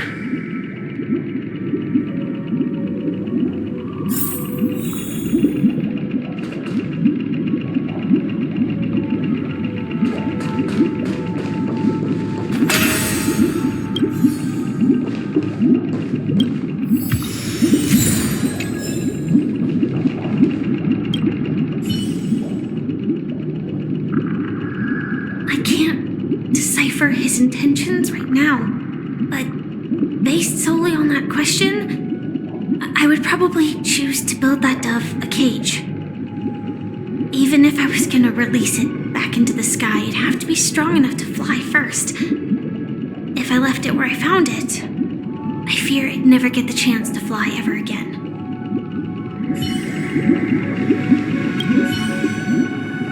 It looks like he really has no intention of imprisoning us. If it's just a quiz, I suppose it's fine to humor him.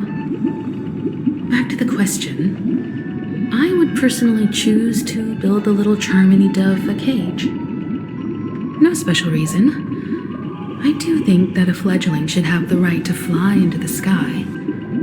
But if it can't even live to that point, then there's nothing to talk about to begin with.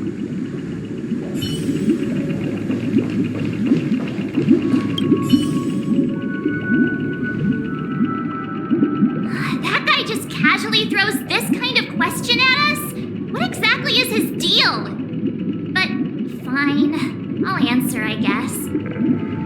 If it were me, I guess I'd choose to build a cage for the little Charmony dove. After all, leaving it there, it's bound to get hurt by wild animals or something. And that'd just be too sad.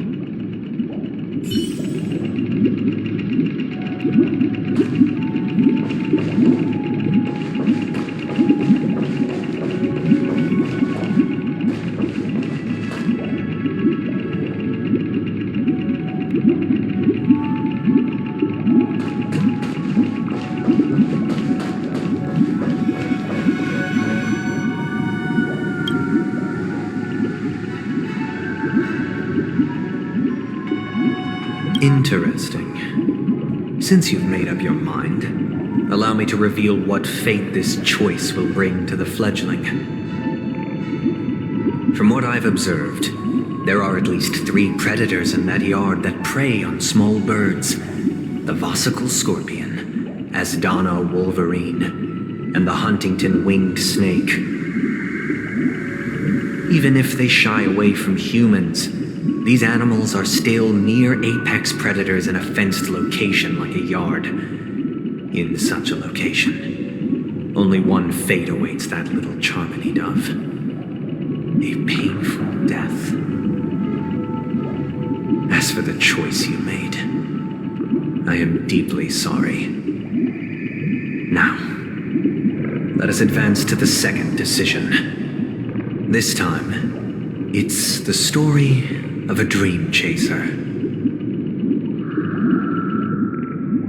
This story happened when I was appointed as Bronze Melodia, a position exclusive to the Oak family, charged with listening to the problems and vexations of Dreamscape residents and providing them with the relevant guidance.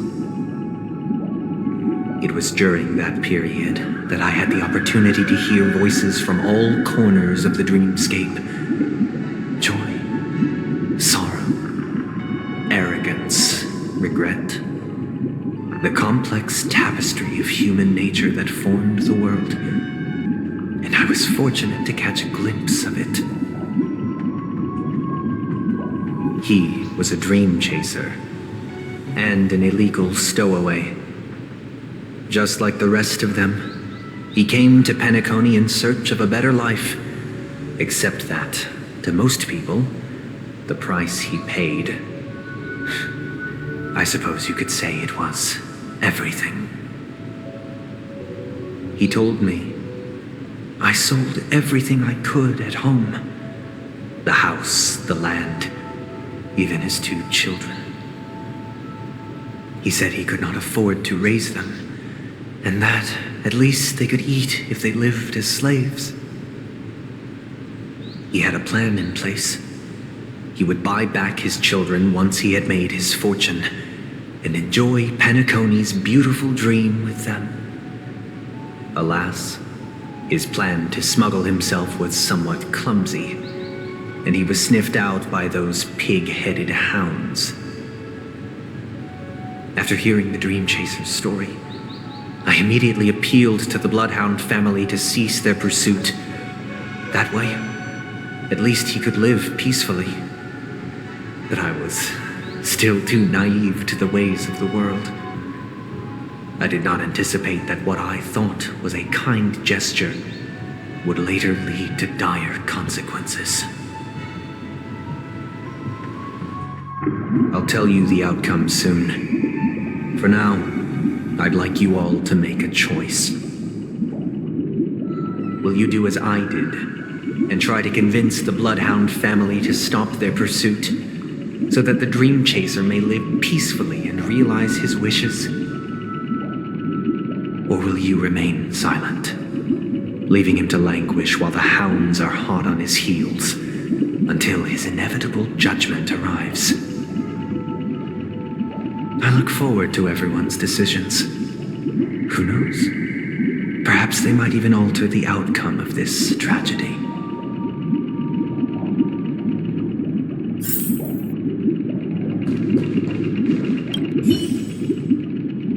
A Dream Chaser story.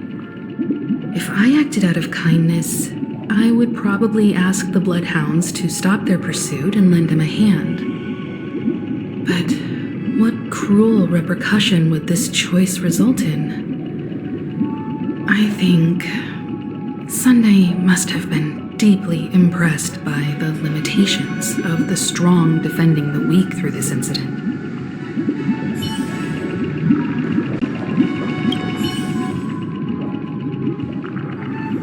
This question... Surely it has some connection to the baby bird story. And this connection is precisely the breakthrough Sunday aims to use to persuade us. I'd probably choose to ask the Bloodhounds to cease their pursuit.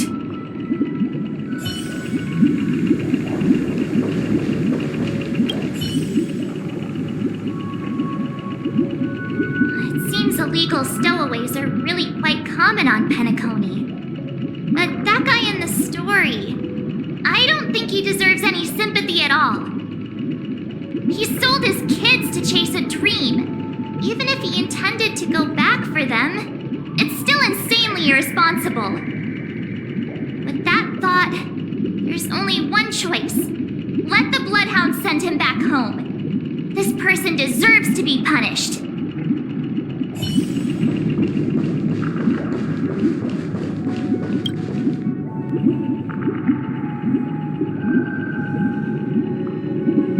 It seems you, like me, are pondering whether a different choice could have led to a better outcome. Sadly, his fate would only be more tragic. Say he never gets caught. He would only die from delirium. The methods with which illegal stowaways enter dreams are unorthodox, not flawless like the hotels. Living in the dreamscape would be a mere pipe dream. Should he be apprehended? Could the hounds afford to turn a blind eye? The answer is a definitive no. They couldn't bear the resulting consequences, and thus wouldn't dare extend a helping hand. As to your choice, I once again offer my heartfelt apologies. Next comes the third and final decision. And the story this time is my own. This story happened the day I was appointed the Oak family head. At that time, Mr. Gopherwood was the current Dream Master, and as per his wish, we had a private conversation. What surprised me was that the Dream Master had only come to deliver a letter to me. He let me read its contents, and it was a letter from my sister. The letter contained the usual pleasantries, anecdotes from her travels, nothing out of the ordinary. Just as I started wondering how this letter related to our discussion, the Dream Master began to speak. Do you know who wrote this letter? My sister, of course. But why would you personally visit me to hand me a letter from my sister containing mere trivialities? To help you grasp the full scope of this issue. Do you know where Robin is at this moment? From what the letter indicates, she must be in Caspelina 8, correct? She's touring there right now. correct. Has she mentioned anything about a stray bullet? A stray bullet? What? A war has broken out on that planet. It is because of this very reason that Robin chose this destination. To spread the word of the Harmony. And to save the lives of that planet. She personally made for the front lines. She hoped to ease the people's suffering with song, and was willing to brave mortal danger to deliver the IPC's medical supplies. Unfortunately, stray bullets show no such compassion. Is she all right? If the operation was successful, she should probably be recovering in the field hospital. By the eon above, the bullet struck her neck directly, yet possibly as a reward for her consistent deeds of harmony, it didn't hit any vital arteries. Once you've attended to your outstanding tasks, it'd be advisable to write her back as soon as possible. Those damned savages! I'll pack my bags right away. My gratitude for bringing this to my attention, Mr. Gopherwood. Now you understand why she always wears such elaborate neck ornaments, don't you? How could this happen? Miss Robin? It's all in the past, so please don't worry. I share this in the meager hope that you will understand the Harmony's limitations and predicament. As grandiose as the strong defending the weak sounds, many times, it is nothing more than wishful thinking. Likewise, I've prepared one last question, one last choice. But rest assured, this choice will not have any grave consequences. Because this is merely a figment of imagination, a nightmare that has haunted me through countless nights. If you ever had the opportunity to make a choice like I did, would you still support Robin's journey on the path of harmony?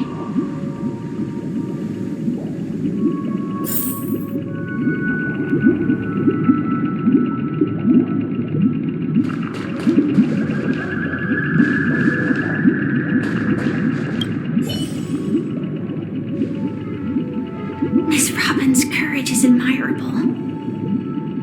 And here I was thinking she was just another superstar celebrity. But the fact that she's also Mr. Sunday's younger sister? No, I doubt he'd wish harm on his own flesh and blood, no matter how grand the ambition.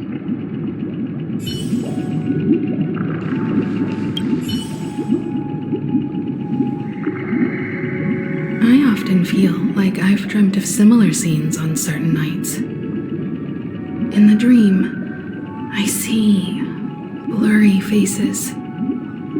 I don't know who they are, but I sympathize with all of them, fighting for survival against some unfathomable force. Their confusion and fear are lucid to me, but I also remember they chose never to give up.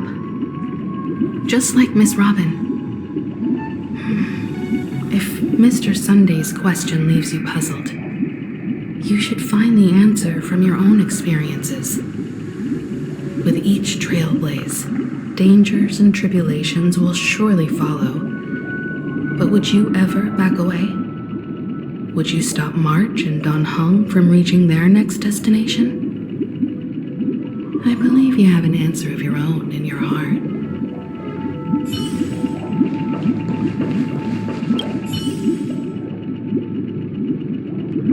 I can't believe that happened to Miss Robin. The strong defending the weak is a great mantra, but if I had to pay such a price, I don't know what I'd do.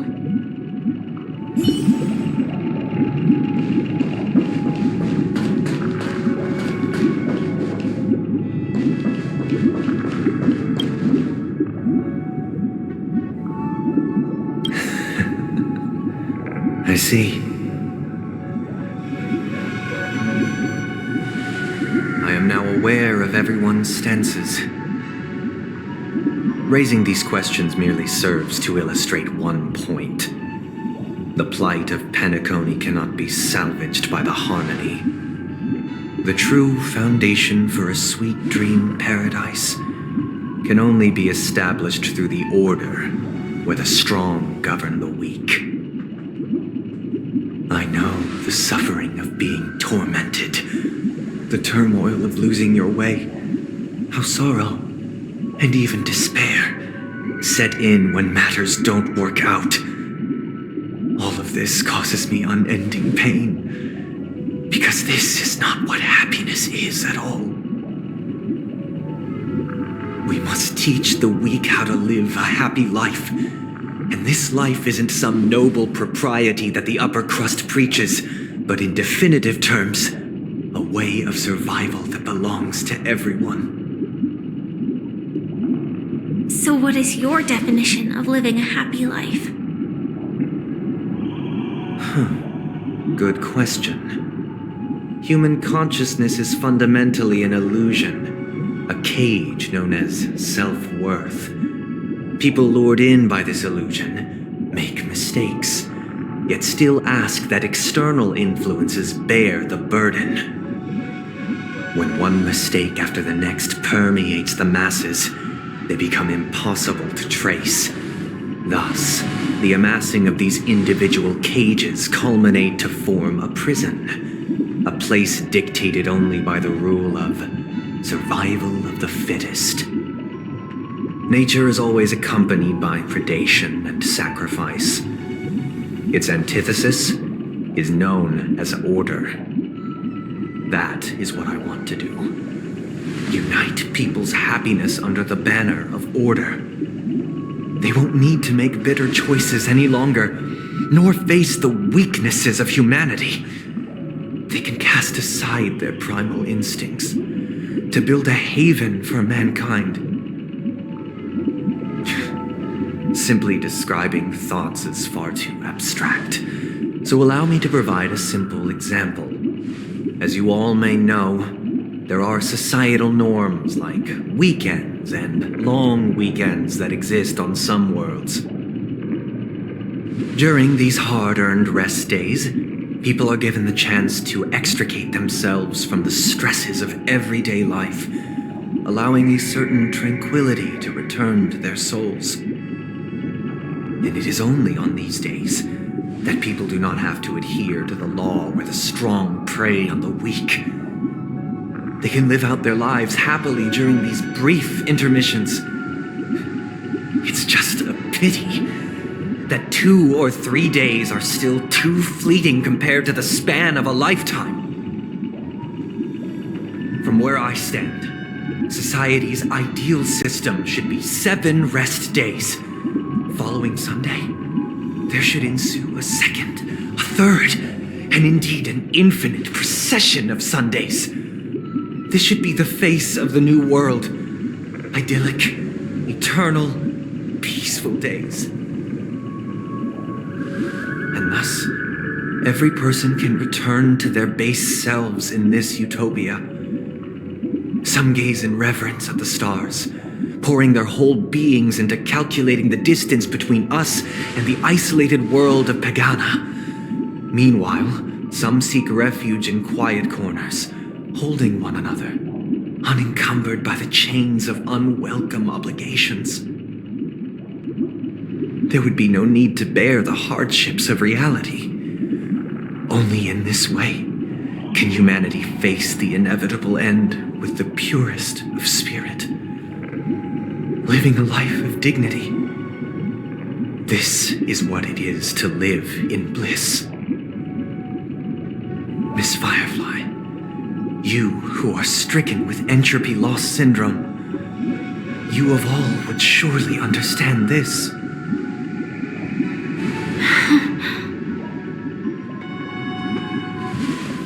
It sounds like a flawless theory.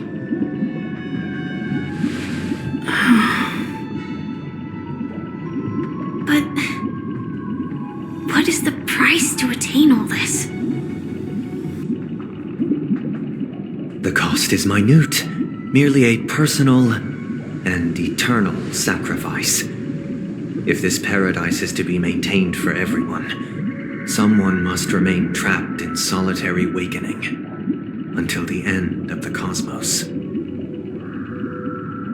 Wakening. Which means that this so-called paradise is still a dream. Stepping into this paradise means forsaking reality, correct? It is not forsaking, but transcending. Flesh, blood, sorrow, weakness. If the physical is the root of spiritual suffering, it is only logical that we defeat it. But in this supposed bliss, people won't have defeated their demons. The chance to overcome their tribulations would be forever lost to them. In other words, it is an escape. That's another way of understanding it. But there is no shame in escape. On the contrary, the seeds of escape exist in everyone's hearts. Don't you agree, Miss Firefly?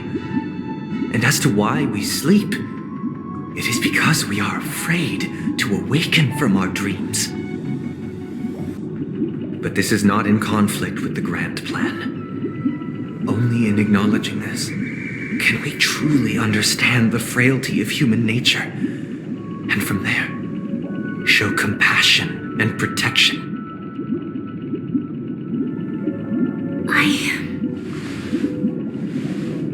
I admit that you are a born leader. Your perspective on humanity brims with pessimism. Yet you express compassion for all, even when your heart pities them. But unlike you, I live for the self. From my perspective, individuals making choices for themselves is their birthright. The want to escape may be innate in the weak. But whether they are weak or not, it is not up to another to decide. Perhaps in your mind, you also view me as weak.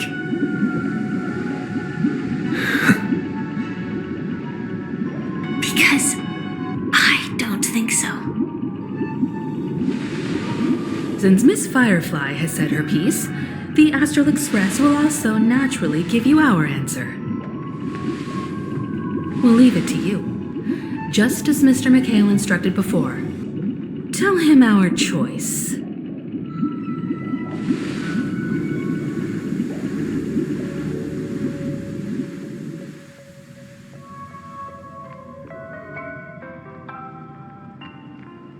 What is this place? Does this place ring any bells, Misha? I don't know, but I feel a sense of deja vu. What is this place? It's the realm within a dream bubble. This was left to the Astral Express by a nameless, but weirdly, when we entered it, it was completely empty. Dr. Edward from the Dreamscape sales store told me that dreams are formed from memories, and a dream bubble can't take shape if its core is empty. So I thought you might be able to help us in unraveling this mystery, Misha. As a hotel doorman, you know Penacony best among us. I don't know much about dream bubbles, but if you want to figure out what this mansion is, I'll do my best. I'm counting on you then. Himeko, I still don't get it. Why were you so sure that Misha had a connection with this dream bubble? I wasn't sure. It was just a hunch. But since Misha feels familiar with this place, my hunch might be correct.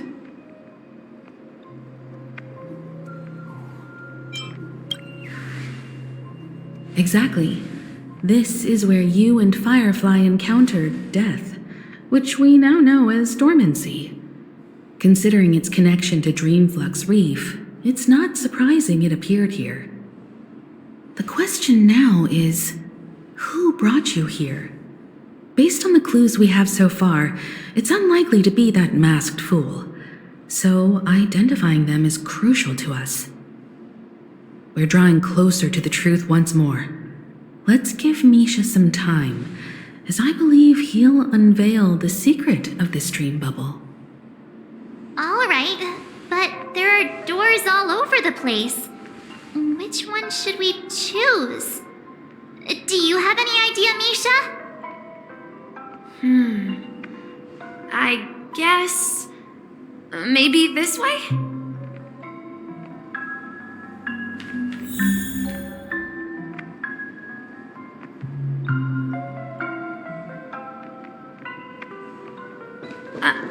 I'm not entirely sure, but let's give it a try.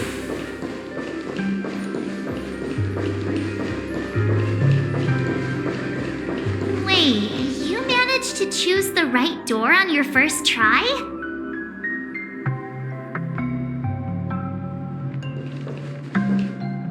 Weird. This place is quite different from the hotel. But I feel like I've been here before, and even lived here for a while. If I remember correctly, there should be a fireplace down that hallway. Clocky and I used to sit by the fire, listening to the crackling of firewood. And the room on the other side was the toy room. I loved spreading out all the toys from the box on the floor and making up stories for each of them. Hold on. This doesn't make sense. Didn't I grow up in Dreamflux Reef? So, what is this place? This could be a case of amnesia.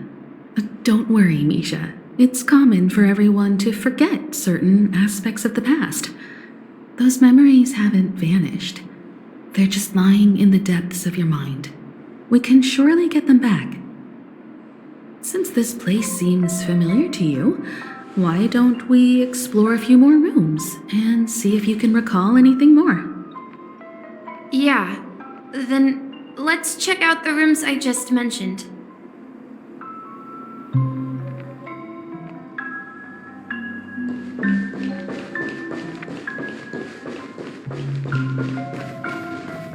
Mikhail, that's the name. Now we all know him as the Watchmaker. So, who is he talking to?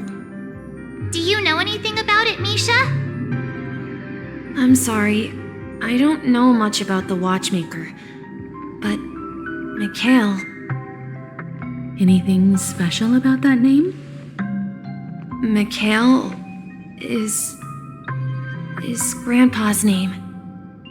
Grandpa?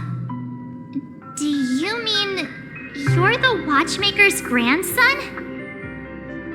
We haven't heard anything about the Watchmaker having descendants. And the name Mikhail is not rare. Perhaps it's merely a coincidence. Could you tell us more about your grandpa, Mikhail? Yeah, sure. He was a seafarer who fearlessly ventured into mysterious seas and storms. He was always on the sea and had lots of friends who accompanied him on his travels. He didn't want me to call him Grandpa because that would make him sound old. He believed he was still young. The name Mikhail was given to him by his parents, Mihaly and Elise, both renowned seafarers. Every time he came back, he'd share his logbook with me and tell me about his adventures at sea.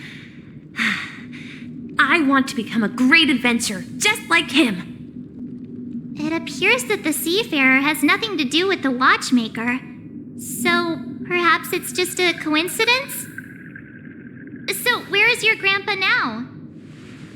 He went off on a new journey, and it's been quite a while since I last saw him.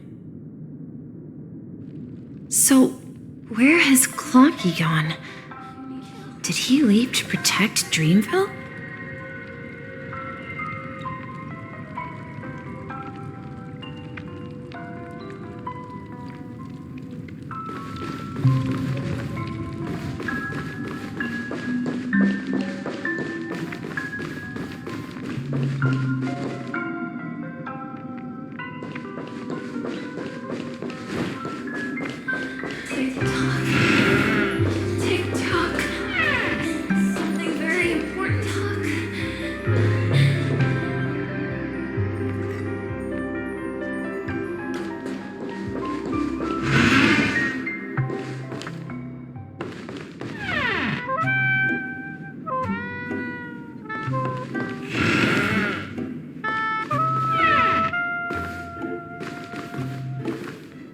I heard some noises from the room. Origami Bird? That's a friend of mine. You and Origami Bird are friends? Yeah. It's a member of the Compass crew, just like Clocky and Miss Mirror. And there's more than just one Origami Bird. They are a big family with lots of brothers and sisters who look the same. They follow Miss Mirror's orders and handle all sorts of jobs on the ship. They're the best sailors. Sailors? Can origami birds be sailors?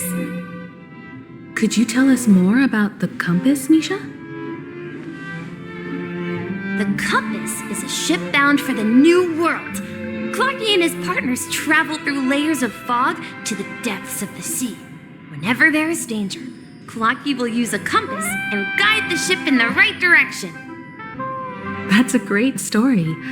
But in the Penacony cartoon, Clocky and his partners have always lived in Dreamville and never ventured out, right? Huh? Oh, that does seem to be the case. Weird. I clearly remember Clocky arrived in the New World in the end. Perhaps Clocky has a hidden past. I think I hear the sound of water. You once mentioned there's a magnificent fountain up ahead.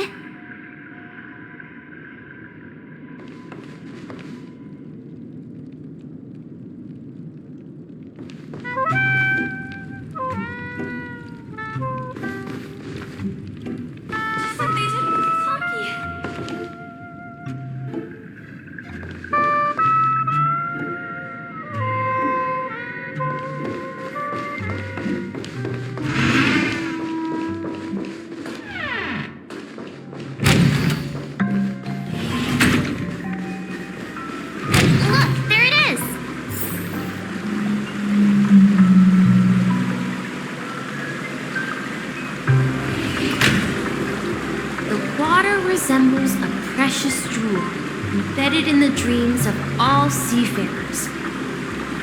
Every time I gaze at the shimmering lights beneath the waves, it feels as though I'm back in this place, standing by your side.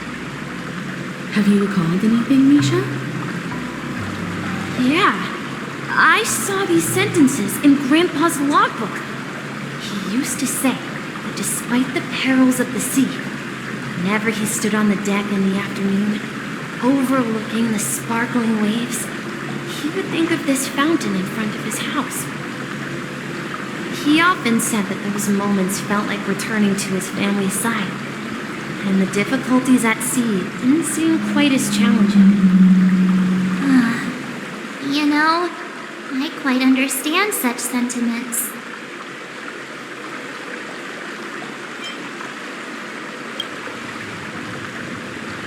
I'm not an elder. I was just being a bit sentimental. Perhaps every adventurer far from home carries a fountain within their soul. Even though the other side of the sea remains shrouded in the unknown, the fountain in front of his house serves as a compass, leading him back to his cherished ones. Yeah, while Grandpa was at home, we would stand by the fountain and place the compass, a toy boat that I made, into the pool. Back then, I would ask him when I could go on adventures like him, and he would always laugh and say I was still too young. It seems this Mikhail is truly a seafarer and has nothing to do with the watchmaker. Yeah. Based on Misha's recollections, the scenes in the dream bubble appear to be his childhood memories. But this raises more questions. According to Misha, he was clearly born on an oceanic planet and led an ordinary life, with no connection to Penacony at all. Could this be some sort of metaphor? Perhaps the sea refers to the memory zone. I'm sorry. I don't know, but my memories keep pouring out uncontrollably, like water flowing from a fountain. Perhaps I'll remember more things if we go further.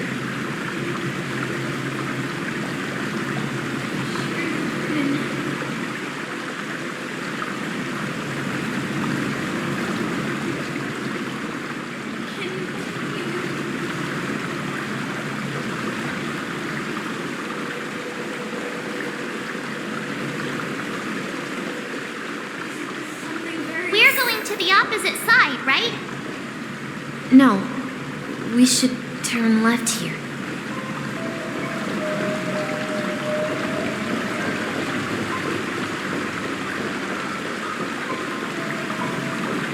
Huh? Something feels different about this place. This is it. I remember this corridor.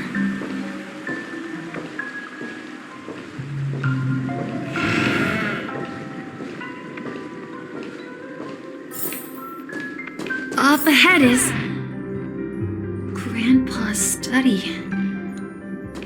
It was in that room that I saw him the last time.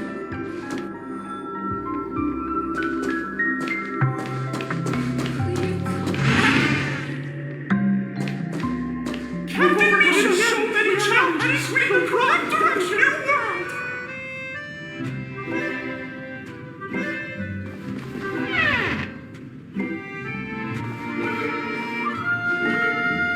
The atmosphere in this room feels totally different.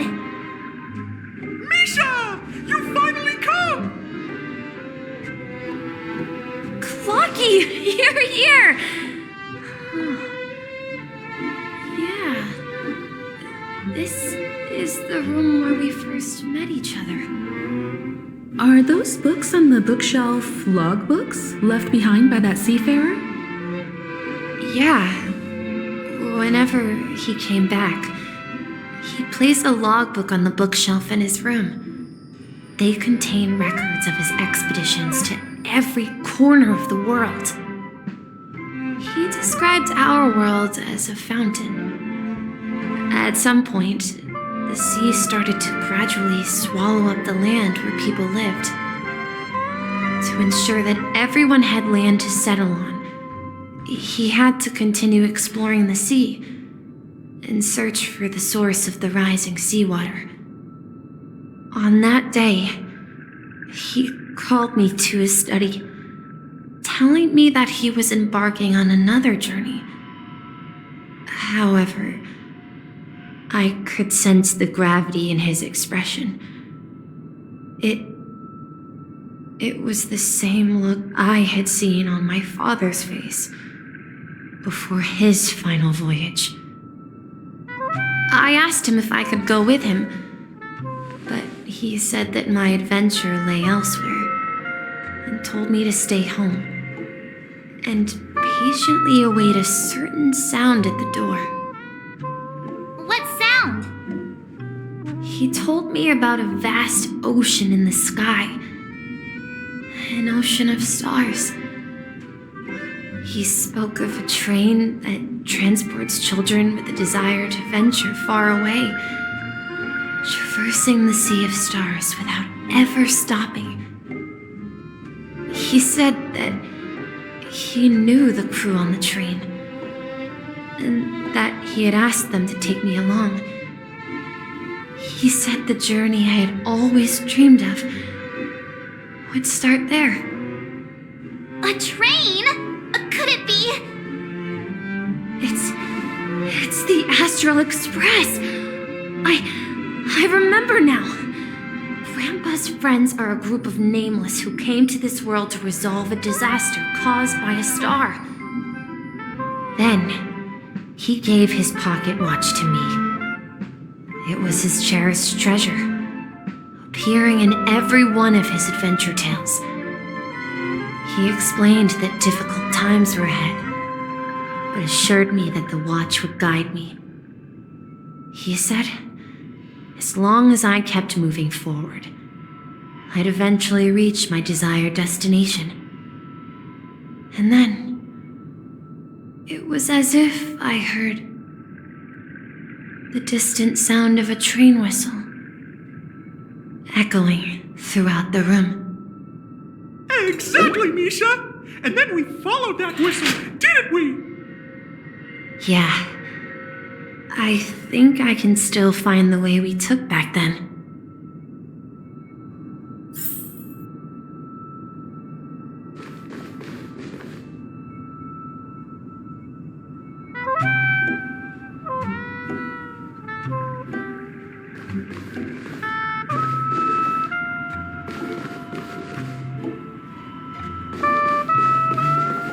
This is the dream jigsaw, right?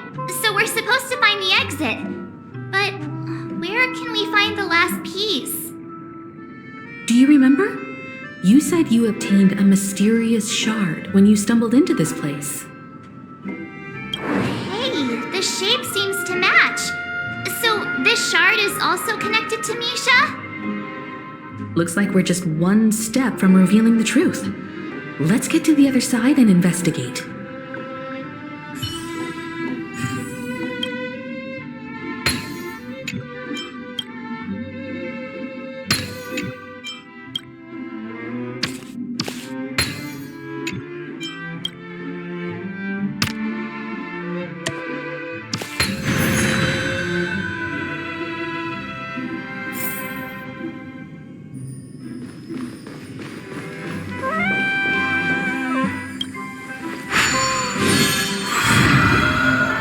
This is it. This is my room of clocks. While I spent my time waiting for Grandpa to return from his voyage, Walter gave me this workshop, and it became my secret base. Here, I learned how to repair clockworking gears out of my fondness of precision mechanics. In my dreams, I was the captain of the compass, embarking on adventures with my companions, Clocky and Miss Mirror, in search of the new world. I was born and raised here. So, this building in the dream bubble is your childhood home? Yes, but not exactly. To be more precise, this dream bubble itself is my home. Looks like you've remembered everything now. Wait. Why does it feel like everyone else knows something I don't?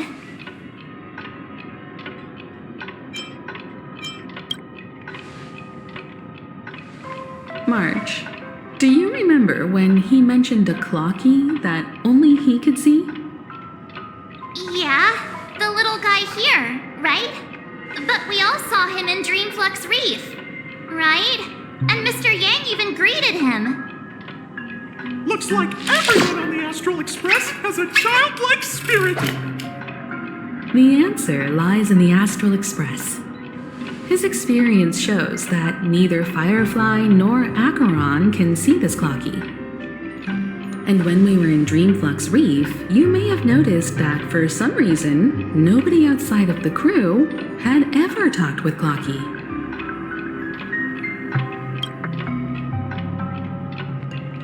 A mimetic life that can only be seen by a select few. It's just like a hidden message left by someone for the nameless. But Misha can see Clocky too, right? They even grew up together. But Misha hasn't started the way of the Trailblaze yet. That's the key to the mystery, March. Now, take a moment to recall. Have you ever seen anyone outside of the crew interact with Misha? Wait. No way! That's the answer, March 7th. This dream bubble is the place where I was born. And I'm a dweller in this dream. Just like a memory zone meme. I should have stayed here and waited for you. But when reality and memories merged, I unconsciously pushed open that door and left the bubble with Clocky. So it's not that the Watchmaker's dream bubble is empty, but rather the stuff inside ran away? And the whistle you heard was the sound of the express arriving at Penacony? That's one way to see it, but I believe there's a longer story behind all this. It's best for Misha himself to explain all the details. How about we start with your name? Now, should we call you Misha, or... Thank you all for helping me rediscover my true self. Now, please allow me to reintroduce myself. I was born on Lushaka in the Presmere system, adopted by seafarers Mikhail and Char. They gave me a treasure, a name that carried their hopes. Mikhail Char Legwork, or simply Misha. If you prefer, you can call me by a more familiar name, the Watchmaker. So, you're the Watchmaker himself? Unfortunately, that legendary figure is no more. I'm only a reflection of his life. As for the child who has been with you, he's the innocent protagonist of Misha's childhood dream. A friend of Clocky, a young apprentice, and a future mechanic on the Express. And this also marks the beginning of his journey, devoted to the Trailblaze. At the end of the journey, I left this little flame, which I so cherished, in my deepest dreams, hoping to pass it on to the nameless of future generations. However, he somehow left the dream bubble and forgot all about his task.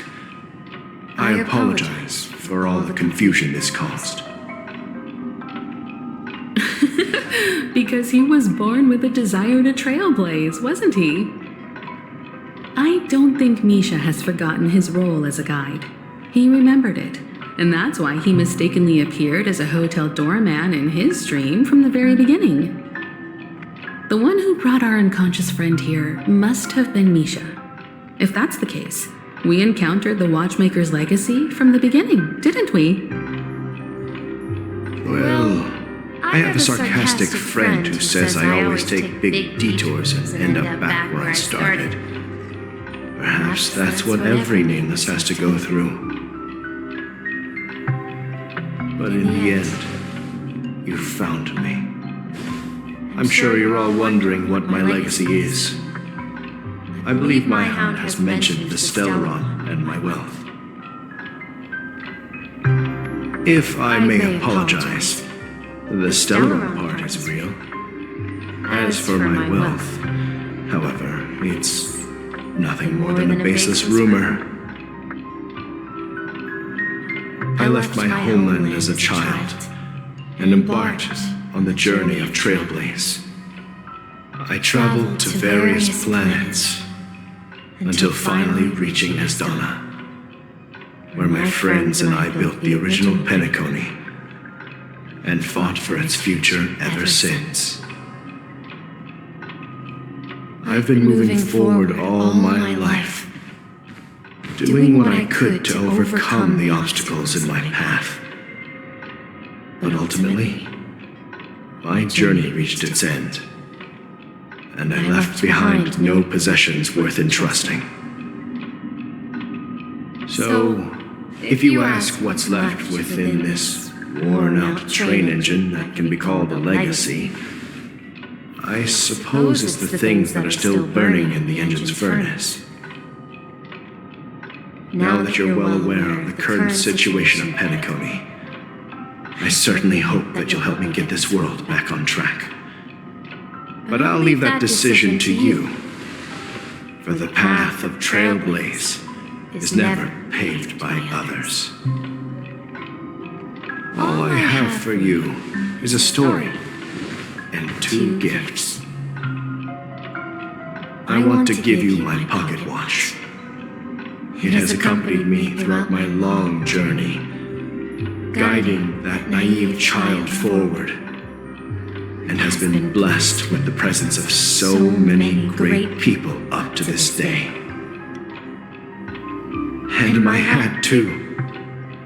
The one who navigated for me placed it on my head and planted a fanciful thought in my mind.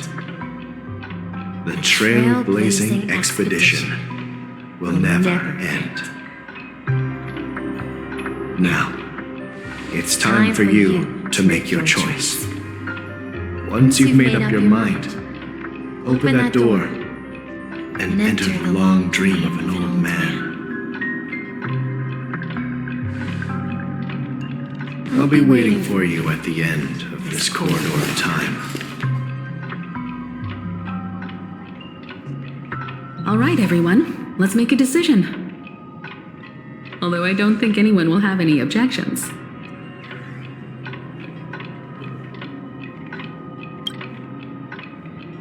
Of course. We've come this far. Surely there's no other option than moving forward.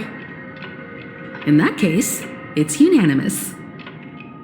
Then let's proceed together to the end of this stream and tell Mikhail our decision.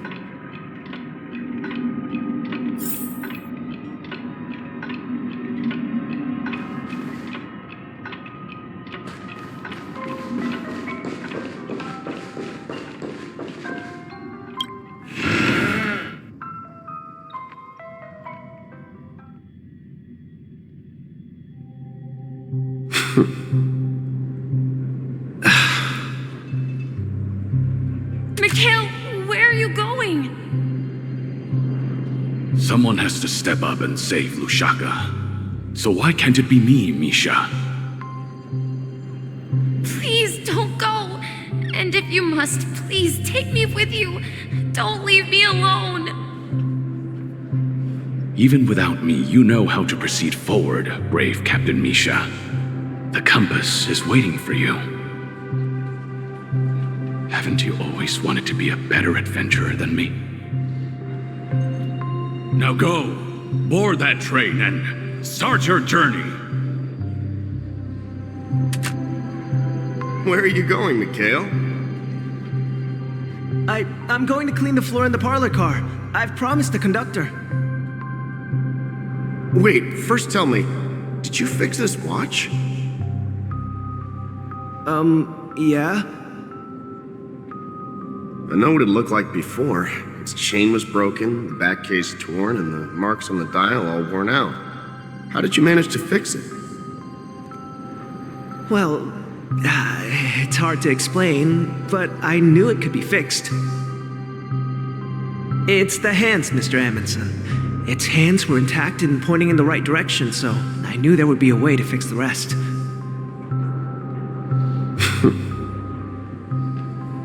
I see. You'll work with me from now on. Haven't you always wanted to tinker with this train?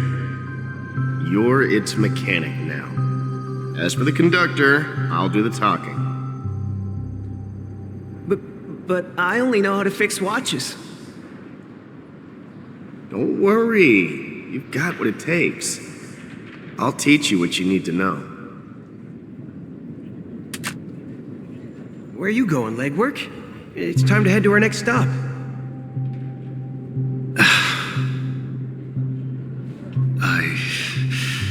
I'm staying in Astana with Rosalina and Tiernan. I see. This place reminds you of home. The people of Astana have only achieved a tiny victory and still have a long way to go towards true freedom. Hanunu needs us. Don't worry, not all journeys lead to the stars. Even if I leave the Express, our path of trailblaze will continue. Yeah.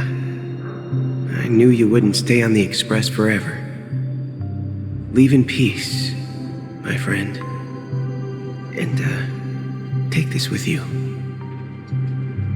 This is Mr. Amundsen's hat. But why?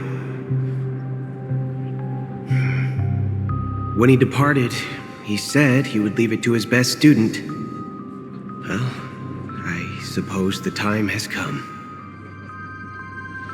Farewell, legwork. Take care of Tiernan and Rosalina.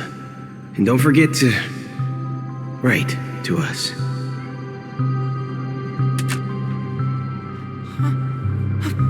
Where are you going, Watchmaker? Don't worry, Micah. Just going on a little trip.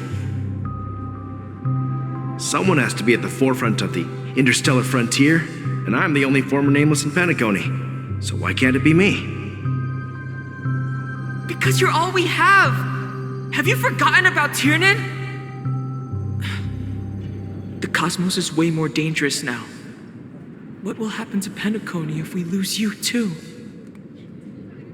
But what will happen to Penacony if we don't find a way out? Tiernan. How could I ever forget him? I've spent countless sleepless nights asking myself why I didn't go with him back then. We Nameless won't stop. Don't worry, Micah. It's just a matter of getting back to my old profession. Just wait for me to come back. But if, and it's a big if I don't come back in one piece, then you'll become the next Watchmaker. Where are you going, old man? Oh, you're here. Answer my question. What are you up to? Relax, Gallagher. I just came up with a great idea. Wanna hear it? Oh, come on. Aren't all your ideas just ways to get yourself killed? I may be blunt here, but you're the last remaining hero in Penacony. If you die too, the secret of Stellaron will go to the grave with you. Yes, I'm afraid there's no way out in Penacony, so I'll have to consider alternatives beyond Astana. We'll organize a festival using the Watchmaker's legacy as a facade and send invitations to the entire cosmos to gather people here. So, a desperate struggle against the family? Desperate? Don't we have you here, my friend? This task is challenging, but what hasn't been challenging for us along the way? Well, whatever you do, remember, make sure to send an invitation to the Astral Express. Misha! Where are you going? Oh, it's you, Clocky. Take me to Dreamflux Reef. Last night, I had a long dream about the day we met. I want to write down that dream. Write it down? Why? Oh, so I won't forget it. Do you remember how you got your name, Clocky? Of course! You told me that when you were a kid, you lived in a room full of clocks. Those wall clocks and pocket watches grew up with you and were your best friends. Yes, but what I didn't mention was there's a funny misunderstanding behind it. I was a kid, and there was always a special pocket watch in my memories. It was with my grandpa, guiding him on his sea voyages and leading the way in his every adventure story. I wanted to have a pocket watch like that too. And that's when you appeared in my dreams. Yeah. Every night, we boarded the compass and set sail together. But you know what? It wasn't until the day my grandpa gave it to me that I realized it wasn't a pocket watch at all. It was a compass. So, your name should have been Compassy. And the watchmaker is just a nameless.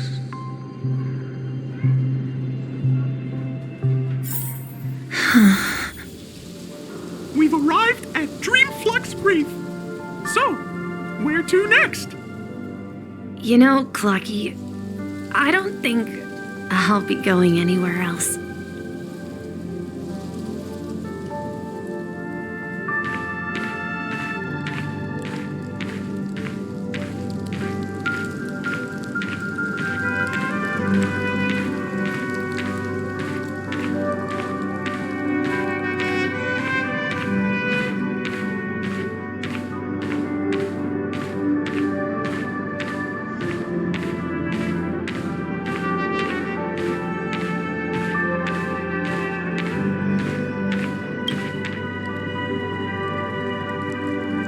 Traveled far enough, and it's time for a little break. Oh. So, we'll set out again when you're rested?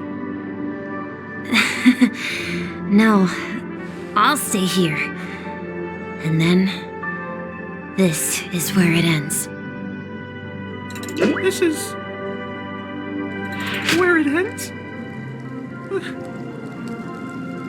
What do you mean, Misha? You told me that the trailblazing expedition would never end. Yeah, that's what I said. So now, it's up to you to decide your next destination. My next destination? What's that supposed to be?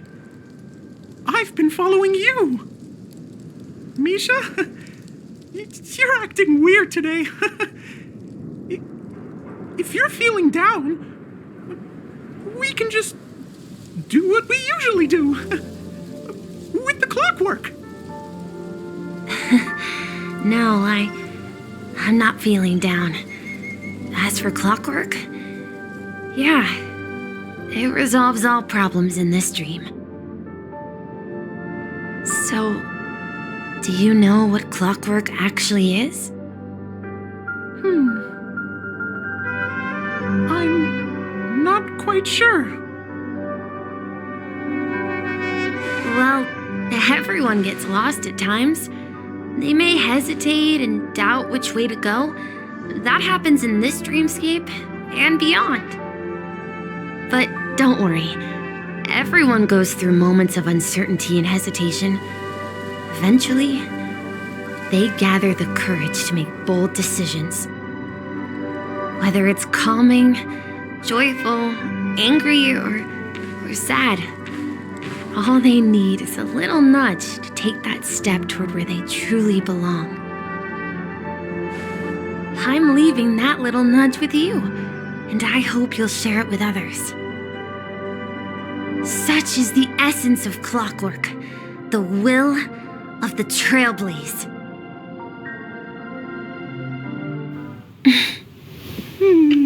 Clocky's hands spin around non-stop, indicating confusion, frustration, and weakness. But ultimately, people still need to move forward. Just like your hands, always pointing ahead.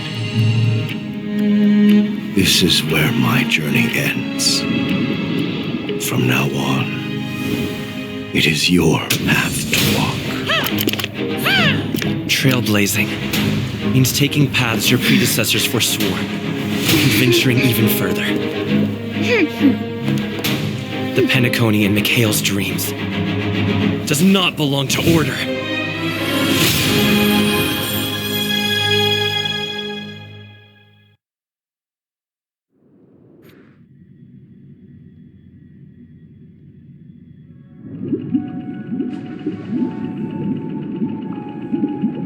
I can't believe that Eon would cast a glance at Penacony at a time like this. Is it because of the resonance from the legacy of the Trailblaze? Or perhaps the bond between you is so strong that it even impresses an Eon? Well, there might be another possibility.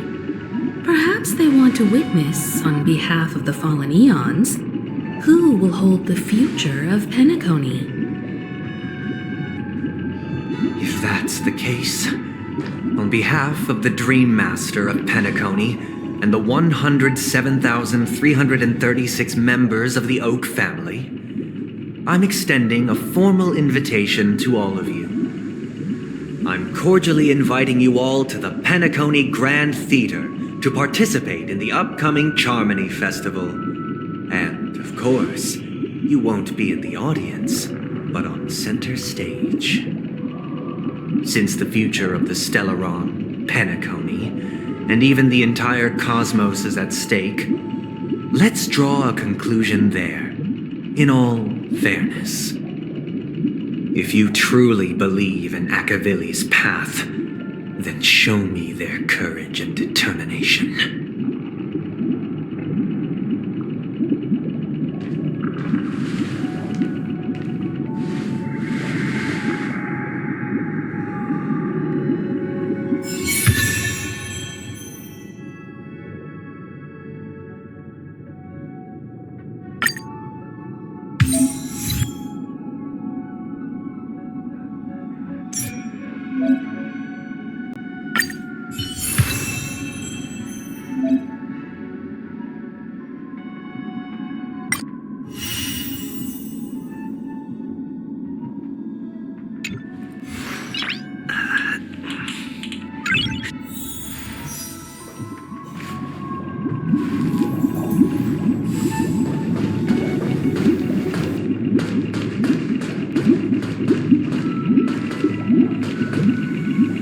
Does that mean he wants to fight us during the Charmony Festival?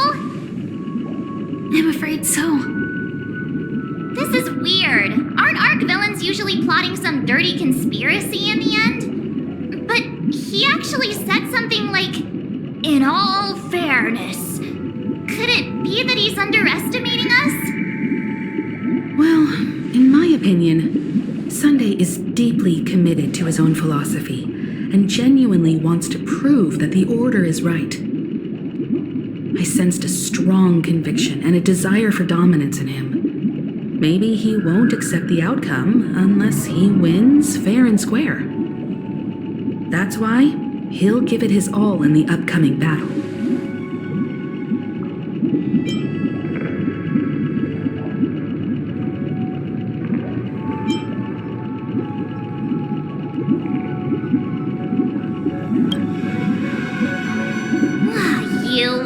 Every time an important moment arrives, you hesitate.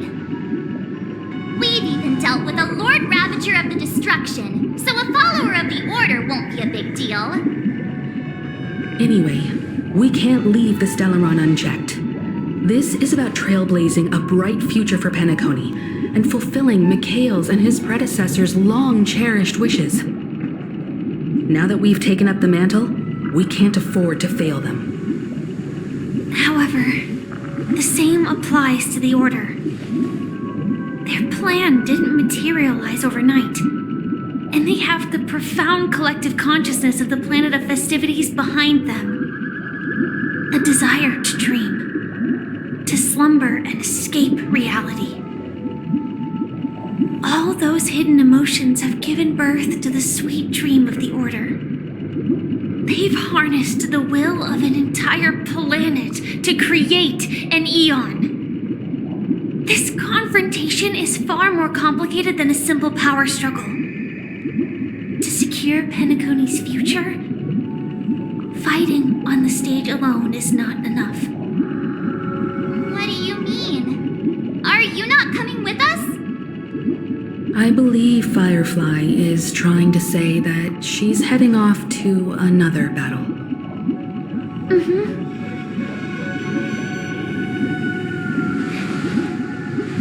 Before I left, the Destiny Slave told me that this journey would bring unforgettable rewards. Even though the script he gave me only had a few lines, I couldn't ignore them. Because one of the lines said, "I'll experience death 3 times in the land of the dreams." 3 times? This can't be serious, right? The first time was a painful death when I was stabbed by the Blade of Dormancy, which led to all subsequent events. The script will always come true, but in a way that will only be revealed when that page is turned. So now I've understood the meaning of my second death, and I am prepared to face it. If all goes well, my efforts will provide crucial support for you. Only by achieving victory in this battle can we secure a future for Penacony. And only then, my third and final death won't come true in the most terrible form. The most terrible form? Does that mean... The true death, where everyone in Penacony loses themselves completely in the eternal sweet dream of the Order. We must do everything we can to prevent that. Have you made up your mind, Firefly? Yes. Otherwise, I wouldn't be here. Thank you again for your assistance for the Astral Express. May we meet again, in reality.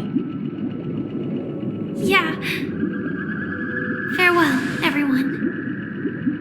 May your trailblazing expedition never end.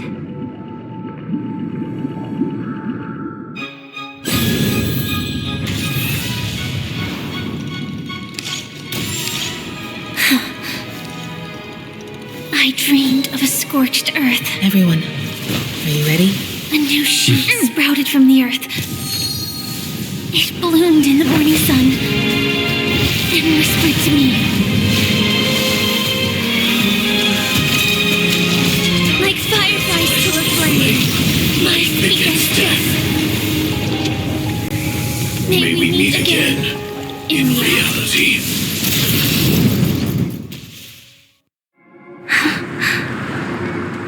After today, Japella's name will disappear from cosmic history, and the Everflame Mansion will take its place. In the not-too-distant future, you'll receive an invitation. That's your next stop. Land of the dreams. Penacony. I hope you find whatever you seek there. Be it answers or salvation. You mean my 3 deaths? Silverwolf told me about it. It's such a shame that it's not part of my script. Well, I want to live. I'm never afraid of death. The opposite of death is eternal life, and that's something I'll never desire. People die, and I am no exception. Death is like a script, a fate that cannot be defied. But that's exactly why we have to choose where we want to rest forever. Do you exist just to perish? Are you not the same, Blade? The end you desire is not one dictated by others. If I were to die now, I would only be a weapon. I believe I should die as a human. Though its definition escapes me, isn't this the answer that ordinary people look for their whole lives? A name that can be carved onto their tombstone. A tombstone that belongs to me once bore the inscription, Glamoth's Iron Cavalry. Then it changed to Stellaron Hunter. But one day, it will bear the name Firefly. And all the brilliance she showed at the end of her life.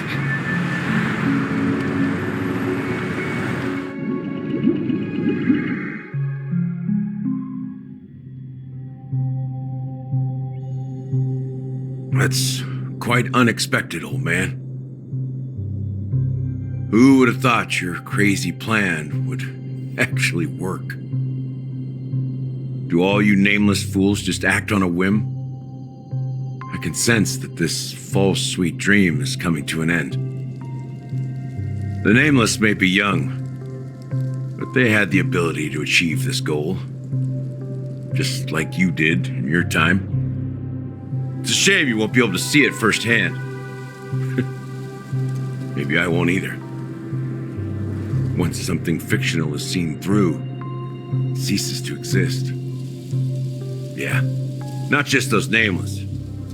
Even Mr. Wings is just like you. Stubborn, won't listen or give up, no matter what. Well, fate is unpredictable, I guess. If we weren't bound by those cursed paths, maybe we could have had some good talks. But in the end, we managed to do it. Now we can find solace. Remember how those idiots cursed us?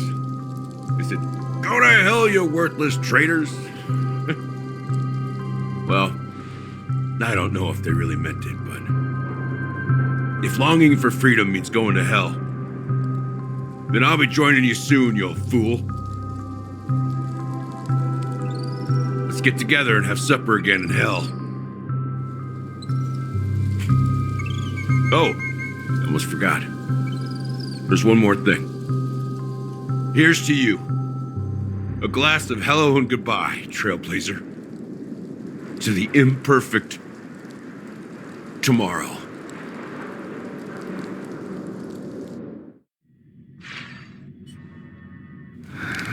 It's warm here, isn't it? You're lucky to have found shelter from the rain.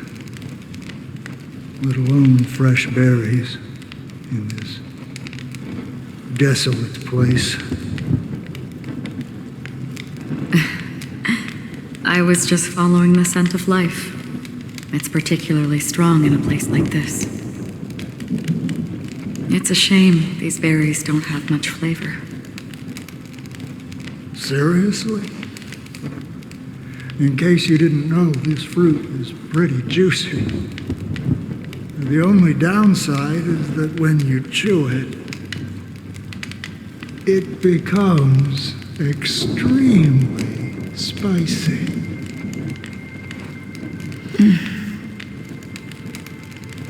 Have you lost your sense of taste?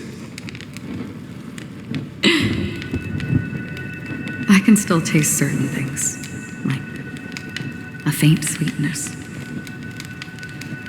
Before coming here, I stopped by a place called Orkron. It had barren cliffs and nights lit by bonfires. Burgundy snow would fall from the sky, and when it landed on my tongue, it tasted like raspberries. The flavor wasn't exactly sweet, but it left a lasting impression. When I think back on my past, I realize that what's tying everything together isn't the big events, but rather these small yet unforgettable moments. Don't worry about it. Losing oneself is a reality that every self-annihilator must face. At least I haven't completely lost my senses and memories yet. Well, congratulations on adding another footnote to your journey. By the way, are you always alone? No, I had a companion in Orkron. She's a short, nameless girl who aspired to explore IX. She always said she'd walk a path deeper and farther than Akavilis. Quite an ambition for such a small girl. So, what happened? She became stagnant water. Well, my condolences. Condolences. I don't need them. The girl left with a smile. She never regretted her choice and most definitely wanted me to say goodbye with a smile. So, that's what I did. That's proof that you're grieving for her. Or perhaps I'm just afraid. Afraid? I rarely sense that emotion from you. What do you fear? I'm afraid I'll forget the 30 days I spent with her, just like all the other days in my life. Most of them have already washed away with the rain, disappearing into an unseen realm. I fear that those vivid red memories will fade away too. There isn't much color left, and besides this faint, warm red, there's almost nothing. Hard to imagine. A ranger accustomed to bloodshed, destruction, and chaos finding warmth in the red color. Because I have experienced this warmth many times. Long ago, I promised someone that I'd bring it to more people. And that for every remaining moment of my life, I'd strive for a better ending for all. As long as this red color still lingers, I have a chance to fulfill that promise.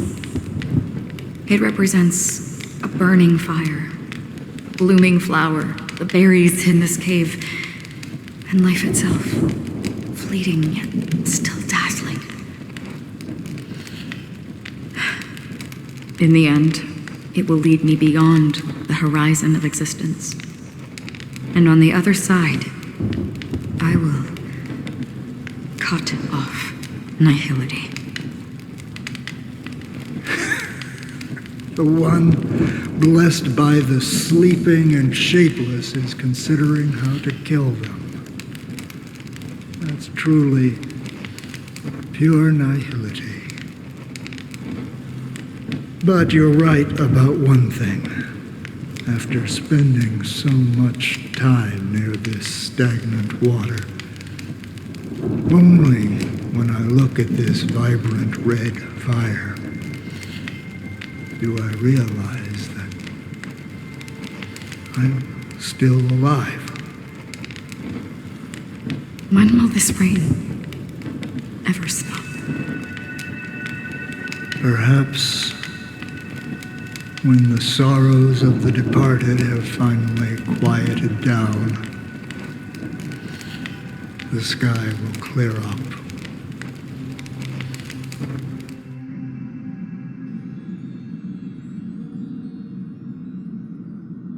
Have you heard of a planet named Biari Scamandros, Don Hung? It's one of the Paradise Kingdoms under the influence of the Harmony, a sought-after wonderland for the inhabitants of the Dardanu Major and Minor systems.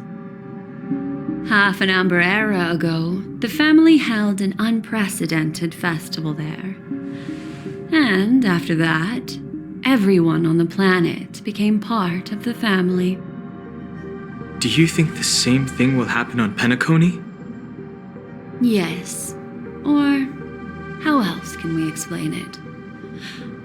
The family deliberately used the Watchmaker's invitation to keep all the Pathstriders here, but banished the Emanator of the Nihility.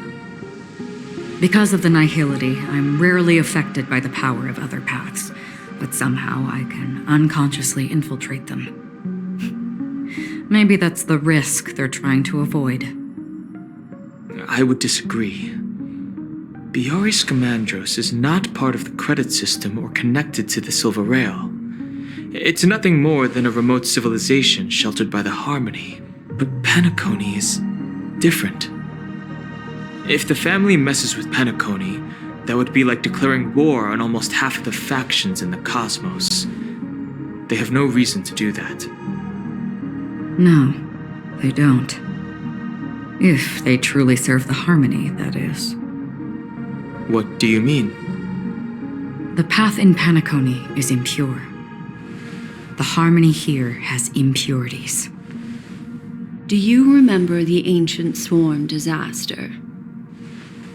Tazeronth, the propagation, brought endless havoc to the universe, and it eventually evolved into a fierce battle among all eons. 2 paths lost their eons in that war, the propagation and the order. Coincidentally, their downfall is related to a certain eon. Shipe, the Harmony. Legend has it that they participated in the crusade against the Imperator Insectorum and devoured Anna the Order for unknown reasons. Holy forgaroni. So you're saying that the 2 leaderless paths are working behind the scenes? But I don't see any descendants of the propagation in Penacony. Could it be that the remnants of Beyond the Sky Choir are hiding within the family, trying to resurrect a fallen eon? I can't say for sure, but they're definitely planning something for the Charmony Festival. This is getting way too complicated. Is this why you want us to leave Astana right away? Are you giving up? The Charmony Festival will start soon. There's one thing that I need to confirm no matter what. A warp jump is the best way to do so. Time is running out. I have another plan.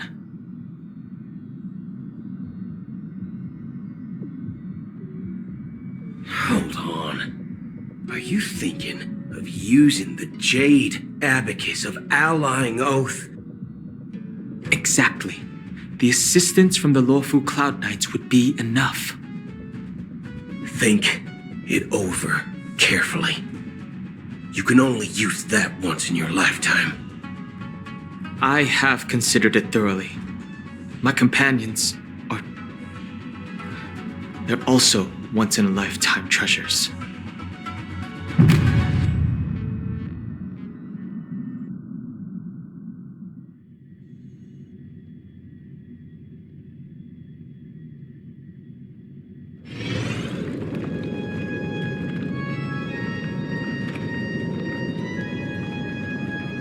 Are you the only one here, my child?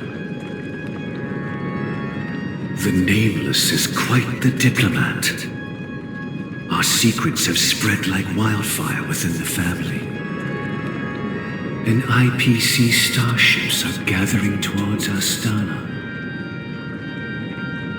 This is a crucial moment for us. So, where is the chosen one who harmonizes the varied sounds?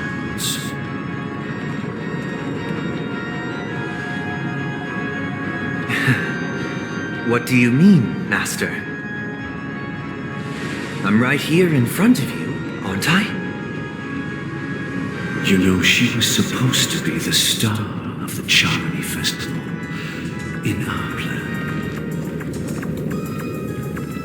But the plan has changed. As her brother, I know she doesn't want to sing for the Order, so I'll take her place. You've always been wise beyond your years.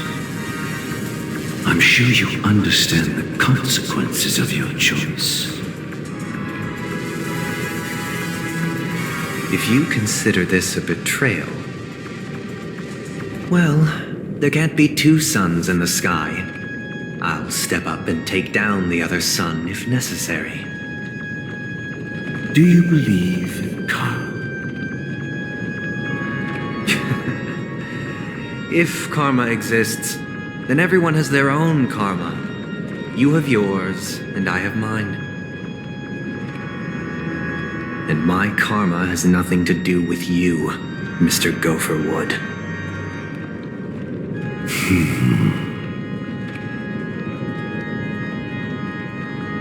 All right. Since you're willing to sacrifice yourself for her, I'll grant your wish. Well, the compromise came sooner than expected. Why? You and your sister were born as twins of the Order. And one of you is destined to follow this path to the end.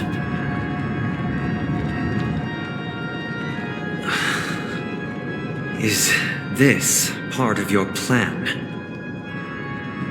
Of course.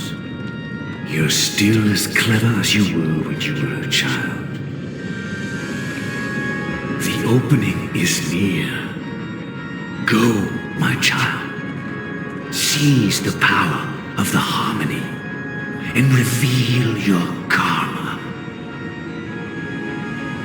I have one final question, Master. Why did you choose to bring the Order to Penacony? Wouldn't it have been better to choose a desperate world instead of a city filled with hope and dreams? Why? It's for justice, my child. If we lose justice in our hearts, we'll make the same mistake as the Harmony did. So, it's not you who manipulates the dreamscape with the Stellaron, but... Well, that's where our conversation ends. Go ahead. The 107,336 souls of the Oak family have dreamed of this moment too many times.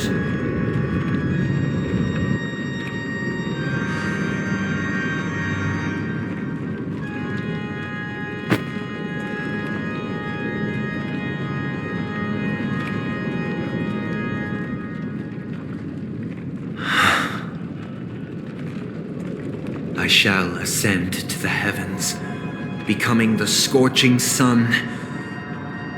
Bathed in my light, my people shall flourish, while all evil shall be eradicated.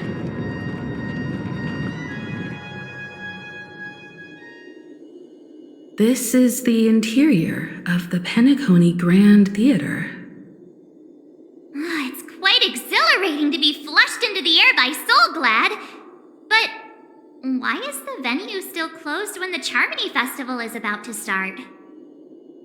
And not only that, the entire theater is eerily quiet. No audience, no staff, no one around.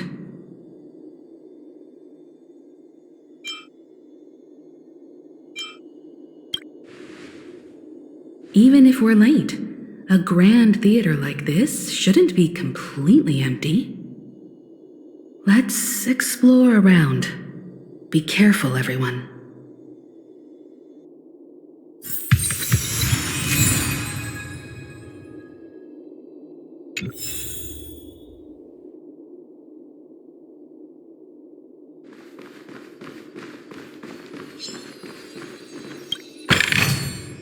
This might be of some use.